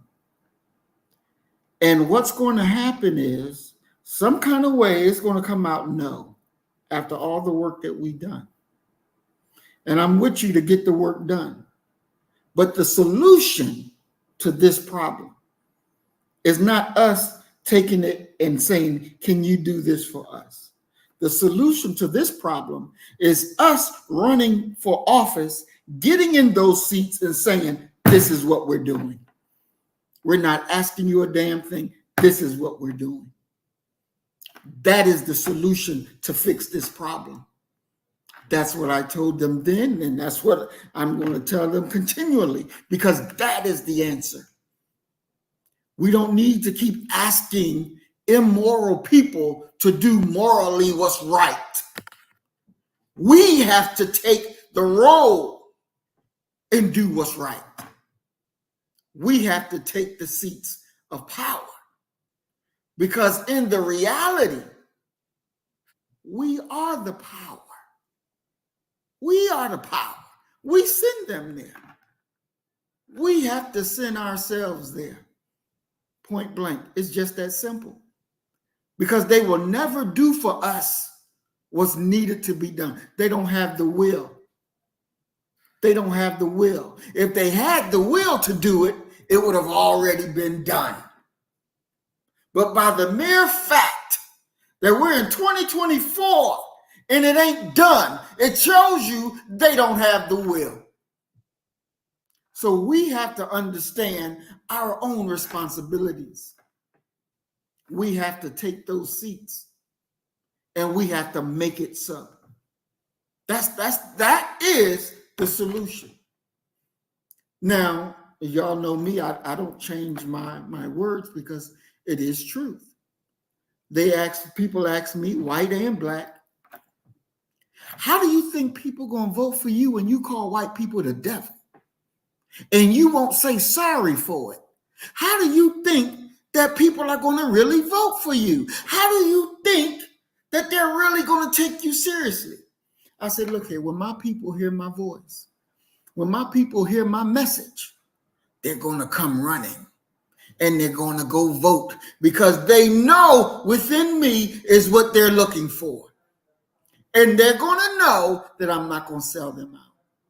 They're going to know that I'm real about this. And they're going to know I don't give a damn about no cracker. I care about you. I care about us. And this, a vote for me is a vote for yourself. A vote for me is a vote to help lift you out of the negative conditions that you live in. That's what you got to understand. That's what you got to understand. And the older Black woman said to me, and you're right, brother, but did you realize that they're going to kill you when you get there? I said, but you got to realize that if they do that, my people will rise up and kill them all. They'll rise up and kill them all. So if killing me is the end of this foolishness, let's get it on and get it over with. Because my people will rise and kill you all. It's just that simple. Because when they understand this man is talking what I needed to hear, this man is talking what I really feel, and he ain't afraid to say it in front of nobody, they're going to be like, that's my brother. I'm with it. I'm with it. And we're going to do what need to be done. It's just that simple. Look here, you got a man that was a president that went out and was, grab him by the pussy. And white folks loved it. Oh, yeah. And, there was no thing. So if Black people see a Black man saying what they really know, saying what they know in their heart of heart is true, they're going to come out and they're going to back you. They're going to vote for you. And that's what it is. We're leading a revolution. We're leading a revolution. And when you stop and think about all the great organizations that we have, the Black Panther Party came, did their thing, and gone about their business. You got the Moors came and did their thing, gone about their business. The Nation of Islam came, did their thing, they still hanging, we still around. But the condition of our people hasn't changed because there's one aspect of the program that wasn't mentioned. Because you can own the block, but if you don't control the politics, you don't own nothing. It don't mean a damn thing. Because that damn cracker can come where you live and pull your ass out your house. Because he's wearing a goddamn badge because they control the politics. So we gonna control the politics. We will not have a police officer who is not Black first. Because you can't be trusted.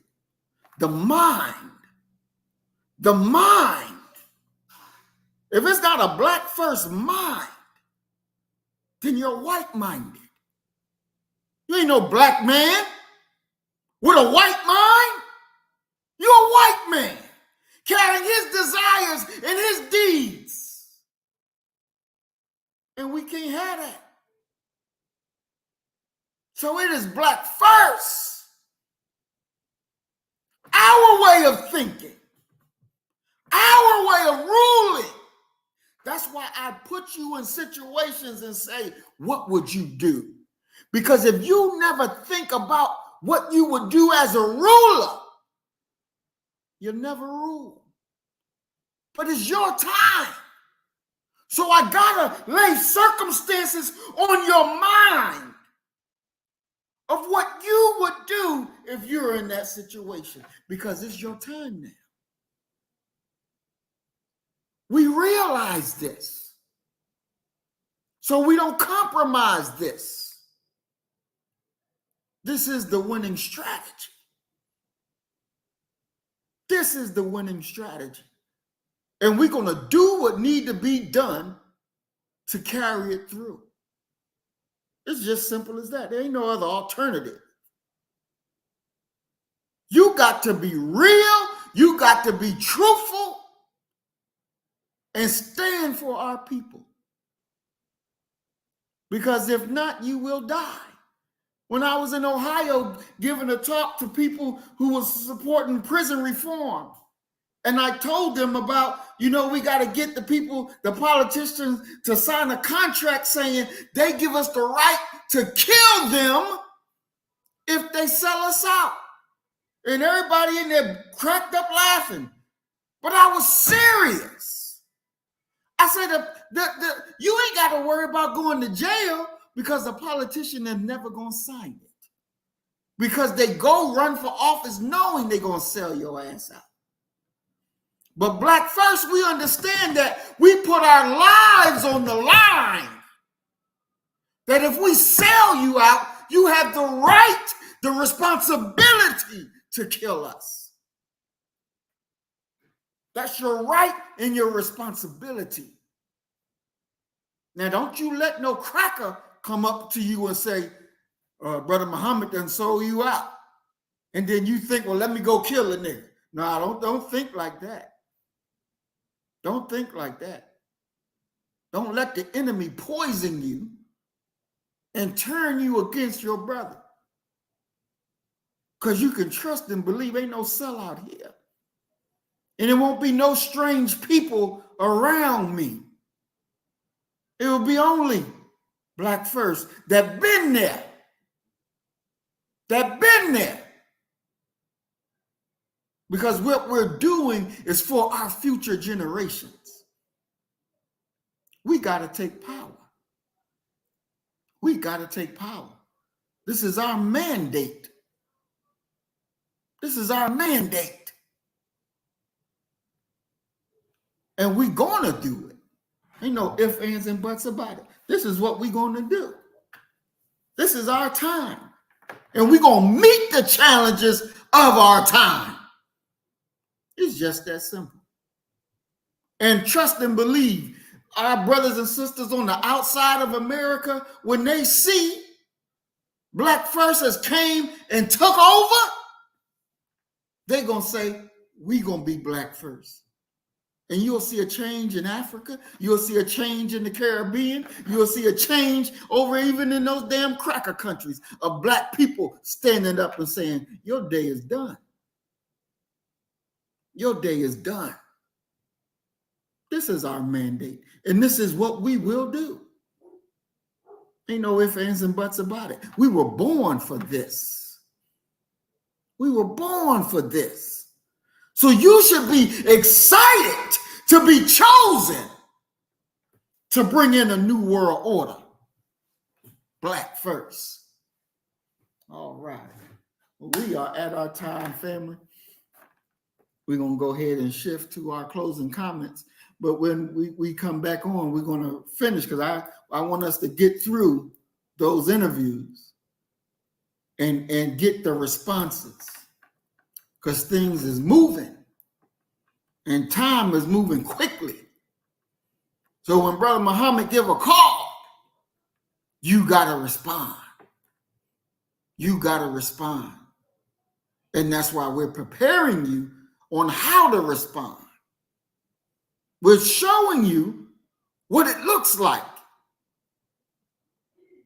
There was a video, YouTube done got rid of it. I got to see if I can find it, where we were in St. Louis, and there was this white Christian man with the flag out there, and it was on, I believe it was Juneteenth. They were doing, Black folks group was doing a march to the water and celebrating our family. And the white boy with his little Christian flag standing out there. And I'm looking at him and he's just pissing me the hell off. And after the event is over, I go over there and start questioning. And tore his ass up. And just tore his ass up. And the shameful, you see our people who love white people out there telling them, it's going to be okay. It's going to be okay. And I'm telling all of them, y'all going to die with this fool. Because you love him more than you love yourself. You see a black man checking him unafraidly out here in the public. And you want to run to give the enemy comfort. The hell is wrong with you? You better wake the hell up and seize the day. It's our time now. It's our time. Sister Cassie, you want to start with your closing comments? Boy, you said a mouthful right there. I hope y'all listening. I hope and pray that you guys, we're not just doing this show just because. We're doing this show to get you guys to think about your future. Everybody has their part. Everybody has a part. Are you willing? Are you ready? Are you doing your part even now? Start now. Doing what you were called to do. If you were called to do foundations, do it. If you were called to build a school, we have teachers, Black teachers. If you were called to be a teacher, make up your curriculum. Start doing your curriculums. If you were called to be a doctor, set up in a Black community. Set up in the corner of a Black community. If you are a nurse, do some doula work. Do some doulas, and they got midwives. We have to start setting up stuff for us. We've been around them and taking their abuse forever. That's right. It is time for us to do for us to love on us to be totally separated from them. And I believe that, because that's the only way it's going to work. That's the only way that we're going to be able to control our children and get them back on track. We've given our children to them for 70 years, 60 years? That's a long time. That's too long. And look at your babies. Is anybody mad about that? Look at our babies. And then we want to point fingers at them. But look at them. No, look at you. Because shame on you for giving them to them. What did you expect from them? What did you expect them to do with your children? They did exactly what they wanted to. They brainwashed our babies. Yeah. And now they got them looking crazy. Our babies act just like their kids. Our children didn't used to act like this. Our children had some sense. They acted like they were supposed to. They knew how to act. They knew what they was on this earth to do. They knew what they were supposed to do. They knew better. But when you come in and allow people to educate, the wrong type of people to educate your children, this is the result of it. Now you see what they're putting in the schools. Now you can't even get Black folk off of this Democratic Party. You can't even get them off it, even though it's in your face. She was in control of the border, you guys. She's going to naturalize, legalize 20 million immigrants. 20 million. Do you know the damage that's going to do, Black people, to you? Do you even care? You're signing and voting for your own demise. Do we know that? She said, I would do this, that, and the other. Well, hell, you in office now. Let's write some executive orders now. Why wait till November? Do it now. When are we going to hold her accountable? She's telling you she has no plan, but she's telling you this is what I'm going to do. Well, how about let's see what you're doing. Let's see what you've already done, Miss Harris. We see what you haven't done, because we see people all over the country getting free this, free this, free this. Are we mad about that? And nothing for Black people, the one that vote the most. You'll go out there and vote. You'll be out standing in the rain, the sleet, and snow. And she won't give you a damn thing. Won't even talk about you. Don't even mention Black people. But you got her all in your mouth. Gave her millions of dollars. Wasn't it 500 million? Black folk gave her? Black women? And then Black men was trying to compete. Are we crazy? You are funding your demise. We got to come back together and love on us, you guys, and know what's important. We got to get us some Black folk in office, some Black folk that have a Black heart. I'm not talking about Candace Owens. I'm talking about Black folk that have a heart for Black people. Get rid of these sold out Negroes. Get rid of them. Get rid of the Black caucus. Vote them out, California. Vote them out. You got Black caucus in your area and they're not doing anything, which they haven't. Vote them out. Since you want to tell me our vote count, vote them out. Because I ain't seen where our vote counts. I believe in putting money behind a candidate. That's how you get things in order. That's how you get things moving. It's not about voting. You got people that don't vote getting everything. That speaks volumes to me. I don't believe I have to vote for anybody.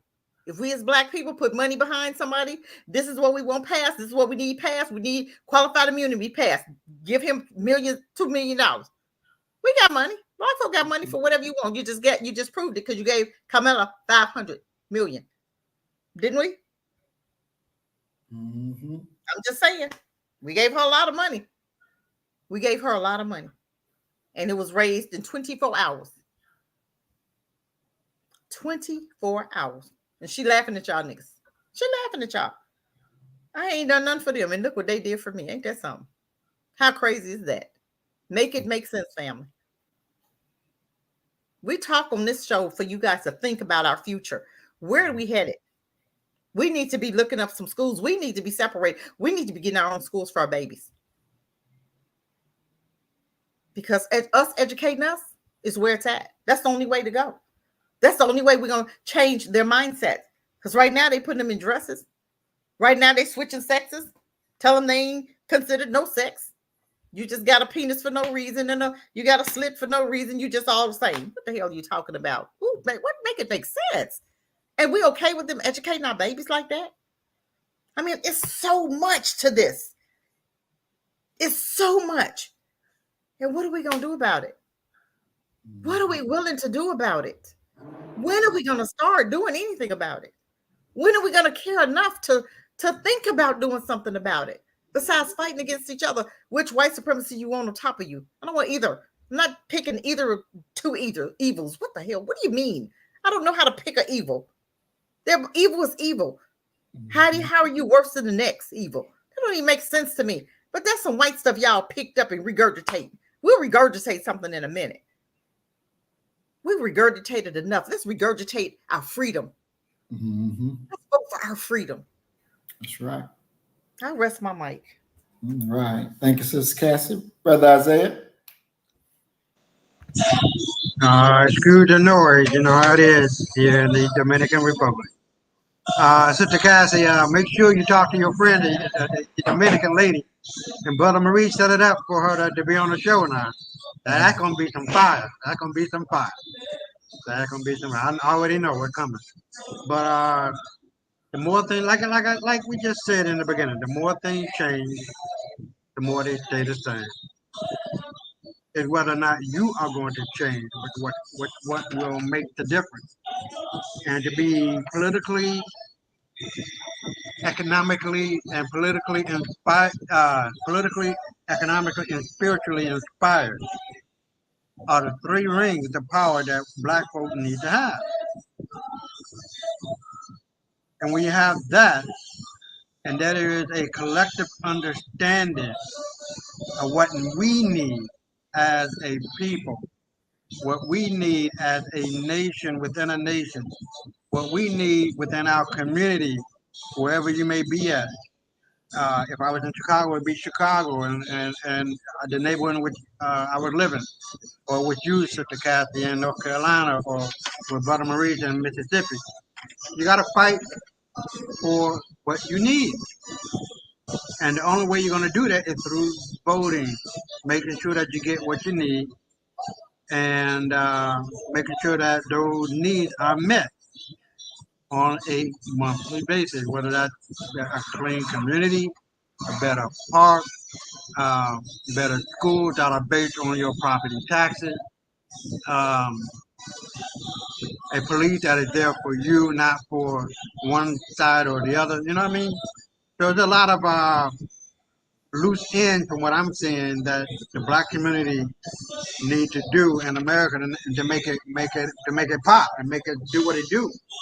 And to be honest with you, the will of our people is that, and we're going to get it done. I have no doubt about that. And it's not going to be no 10, 20, 30, 40 years from now. And my estimate is being starting in 2025. This whole world is changing. And it cannot be undone. No matter how white folks like to skew it, they're done. They're out of here. They're not going anywhere. They're not doing anything. And this whole world is changing and going back to Islam. The Arab Spring is here. And that is a worldwide reach. That is a worldwide impact. And when I say impact, and I do mean economically impacting, and politically impacting, and spiritually impacting.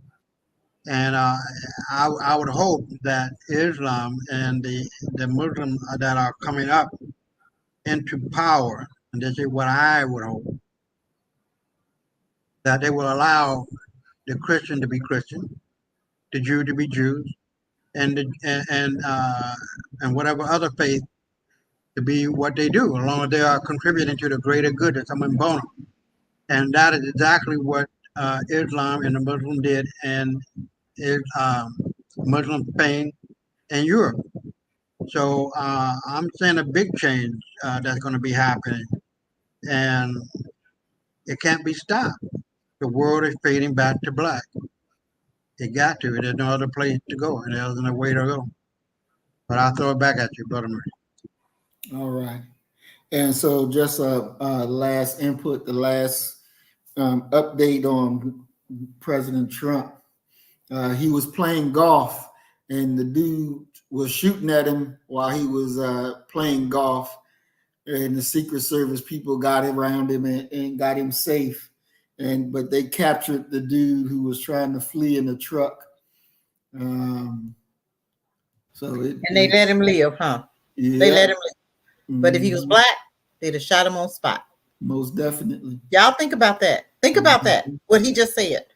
They let him live, even though he had a gun. So the next time they shoot one of yours, and they said we shot him because he had a gun, that's bull crap. Mm-hmm. That's bull. They know how to do their job when they white. Mm-hmm. So we need to be handling our business. The next black brother, just like that baby they just found hung in North Carolina, Henderson. Yes. The black baby. Let's talk a little bit about that. I know we gotta go, but let's think about that. Y'all stop hanging out by yourself with no weapons. Exactly. We should have been burning down some shit because that's our baby. 21 years old. Mute your mic, Isaiah. Mute your mic. 21 years old. That's one of ours. Mm-hmm. Do you see black folk doing anything? Just as quiet as mouse, ain't it? Because it wasn't your baby. But what if it was? We should be ashamed of ourselves. They said his mom couldn't see the baby, the body. Waiting on his dad to identify. It doesn't make no sense. Mm-hmm. But we know who did it. The police officer did it. We know. So it's time for us to get some street justice. Not condoning violence. I am condoning justice. The police officers know who did this. You think they don't? Because them bastards knew who did it back in the day because they was doing it. Exactly. The KKK, the FBI has told you that the police departments have been infiltrated, right? Have been infiltrated with the KKK. We know that. So what are we doing about it? What are they doing about it? Nothing. They're going to know it and tell you, and you don't do anything about it. What the hell going on with you, black folk? That's our baby. 21. He was a baby. They hung this boy, and then talking about he committed suicide. What the hell? Are we that stupid? Are we that dumb? That happened before to a boy that was in North Carolina. Again, Charlotte. He was from Georgia. He was driving his truck. He got hung in the back of his truck in Charlotte. Nobody said nothing. It's hush, hush.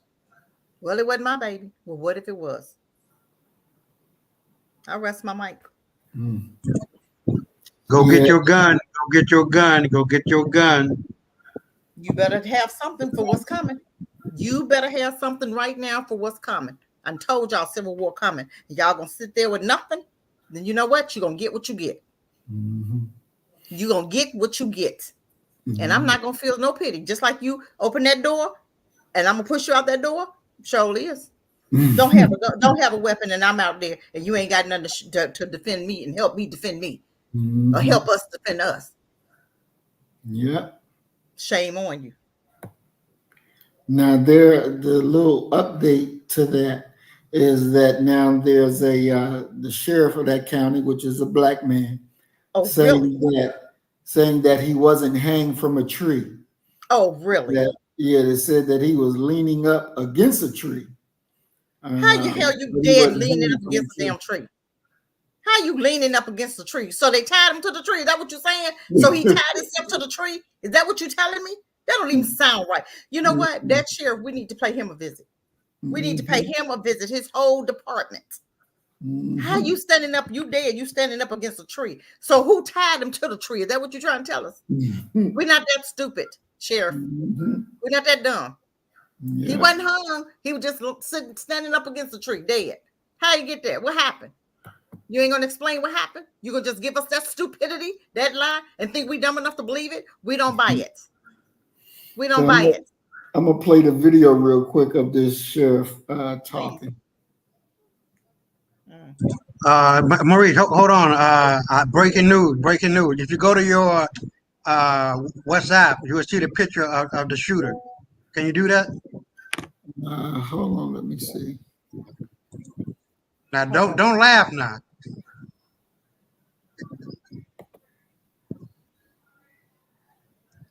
What? You stupid. You know what? Give me. Show it on the screen, bro.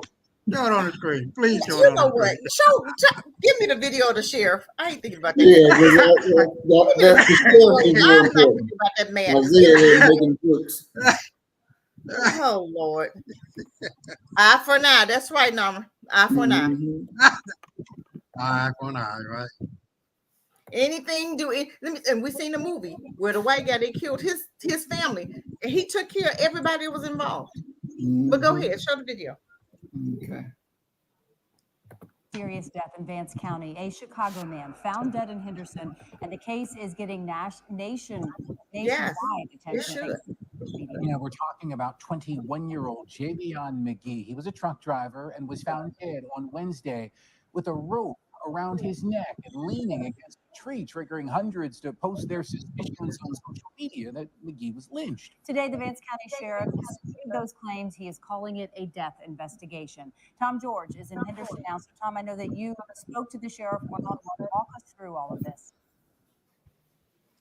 I did, Amber and Joel, and this case really blew up overnight. As you mentioned, social media, TikTok was viewed 3 million times, but also here in the community, people are concerned, but no one more concerned than Javion's family, who feel that they have been left in the dark about what's been going on from thousands of miles away. Yeah, where sold out nigga, that's what he is. In Texas, pushing for answers from the sheriff. I was able to speak with the sheriff a little bit earlier. He is trying to put everything into perspective and urging people not to jump to conclusions. Jump to conclusions. Javion McGee is from suburban Chicago and was in Henderson with his trucking company. He had dropped off a load at the Walmart distribution center off Vanco Mill Road. Investigators say a 911 call came in Wednesday morning, and Javion was found sitting up against a nearby tree outside the fenced area of the center with a rope around his neck. The sheriff says McGee was identified by a picture and told us he didn't see signs of foul play, but also wouldn't call this a suicide. He did say that there may have been evidence of Javion buying rope from a nearby Walmart prior to this. Sheriff Brame today urging people not to jump to conclusions. There is not a mention in Vance County. I want to see the picture of him buying that rope. He was exactly. I ain't believing you because he sold out. Look at him. News. When the civil rights generation. So therefore, it was not a mention here in Vance County. But those explanations are adding up for Javion's family. Yeah, The spokesperson for his mom in Texas says she feels the sheriff hasn't been forthcoming with information. Exactly. They say this is entirely out of character for Javion. He was always in touch with his family on his long trucking trips, and there were no signs that anything was wrong. Javion is a loving, funny, good to be around. You know, he never had any disturbing issues or stuff like that. He loved his family. You know, he loved just enjoying himself. He loved being a truck driver. That's what he loved to do. So it's like everybody is confused right now. Like, what is this? Yeah, a lot of frustration among the family, a lot of unanswered questions. We know that some of his family is making their way to North Carolina right now, hoping to meet with the sheriff themselves. But in the meantime, the sheriff does tell me that Javion is having an autopsy conducted today. He's hoping to get the results of that. Again, he is not comfortable calling it a suicide until he knows an exact cause of death from that autopsy. Of course, we're going to keep pressing the sheriff for more information once that autopsy is conducted, and we can release more information. Reporting live in Vance County tonight, Tom George, ABC 11 Eyewitness News. Investigation continues. It's disturbing nonetheless. We'll continue to follow the facts. We holding that sheriff accountable. Mm-hmm. Exactly. Now he didn't change his whole tune because everybody looking at him. And it's a shame how black folk can't defend black folk. He can't call it what it really is. That's a shame how he's gonna cover this up. Exactly. But it's okay. This is what Black folk do. This is what I'm saying. He's not B1. Mm-hmm. Exactly. We need some B1 in those positions. We need B1 people in those positions. But sometimes your own is your worst enemy. Exactly. But we need to be his worst enemy. Exactly. We need to be his worst enemy. Mm-hmm. Definitely. We need to start holding all of them, black and white, accountable, because we know what police departments do. We know what they were known for, slave catchers, right? We know that. They changed the name, but they didn't change the job description. They're still slave catchers. Now you're gonna tell me, oh, but before he was hanging from a tree, now he was sitting next to the tree with a rope around his neck. What the hell? He was still hung. Exactly. So who cut him down? Don't give me the word salad, because that's what he's doing. He giving y'all some word salad. I don't have time for the word salad. He was hung and then somebody cut him down. So don't miss me with all that. Mm-hmm. That's our baby. Exactly. And he wouldn't have a quiet, peaceful night until he did his job. Mm-hmm. Exactly. Doing all that damn lying, talking about he was he's sitting next to the tree with a rope around his neck. Okay, that means he was still hung. What the hell are you talking about? He was still hung. So who cut the rope? Mm-hmm. Who cut the rope? And show me a picture. You telling me he went in Walmart? Where's the picture? Because you know what? If it was a picture, he'd have showed the picture. Lying devil. Mm-hmm. And that's a lying demon right there. In cahoots with them crackers. Mm-hmm. That's right. I'm sick of black folk like that. I'm sick of them coons. We need to deal with them personally. Mm-hmm. That's right. That is right. All right, family. We are glad that y'all all joined us and stayed with us. We ask you to like and share. Most definitely. And we're not done. We still got more topics to go over, more things to get out there so that y'all can be thoroughly informed and very ready for what the next phase of this whole thing is. So again, thank you all for coming. Thank you all for sharing. And thank you all for loving each other and us enough to want to dedicate your time, energy, and life to the freedom, the deliverance of Black people. We love it. And as we always say, you kill the nigga in you. I kill a nigga in me. And our God will reign supreme. We are Black first. Today, tomorrow, and forever. Stay black, family. Stay black. Stay black.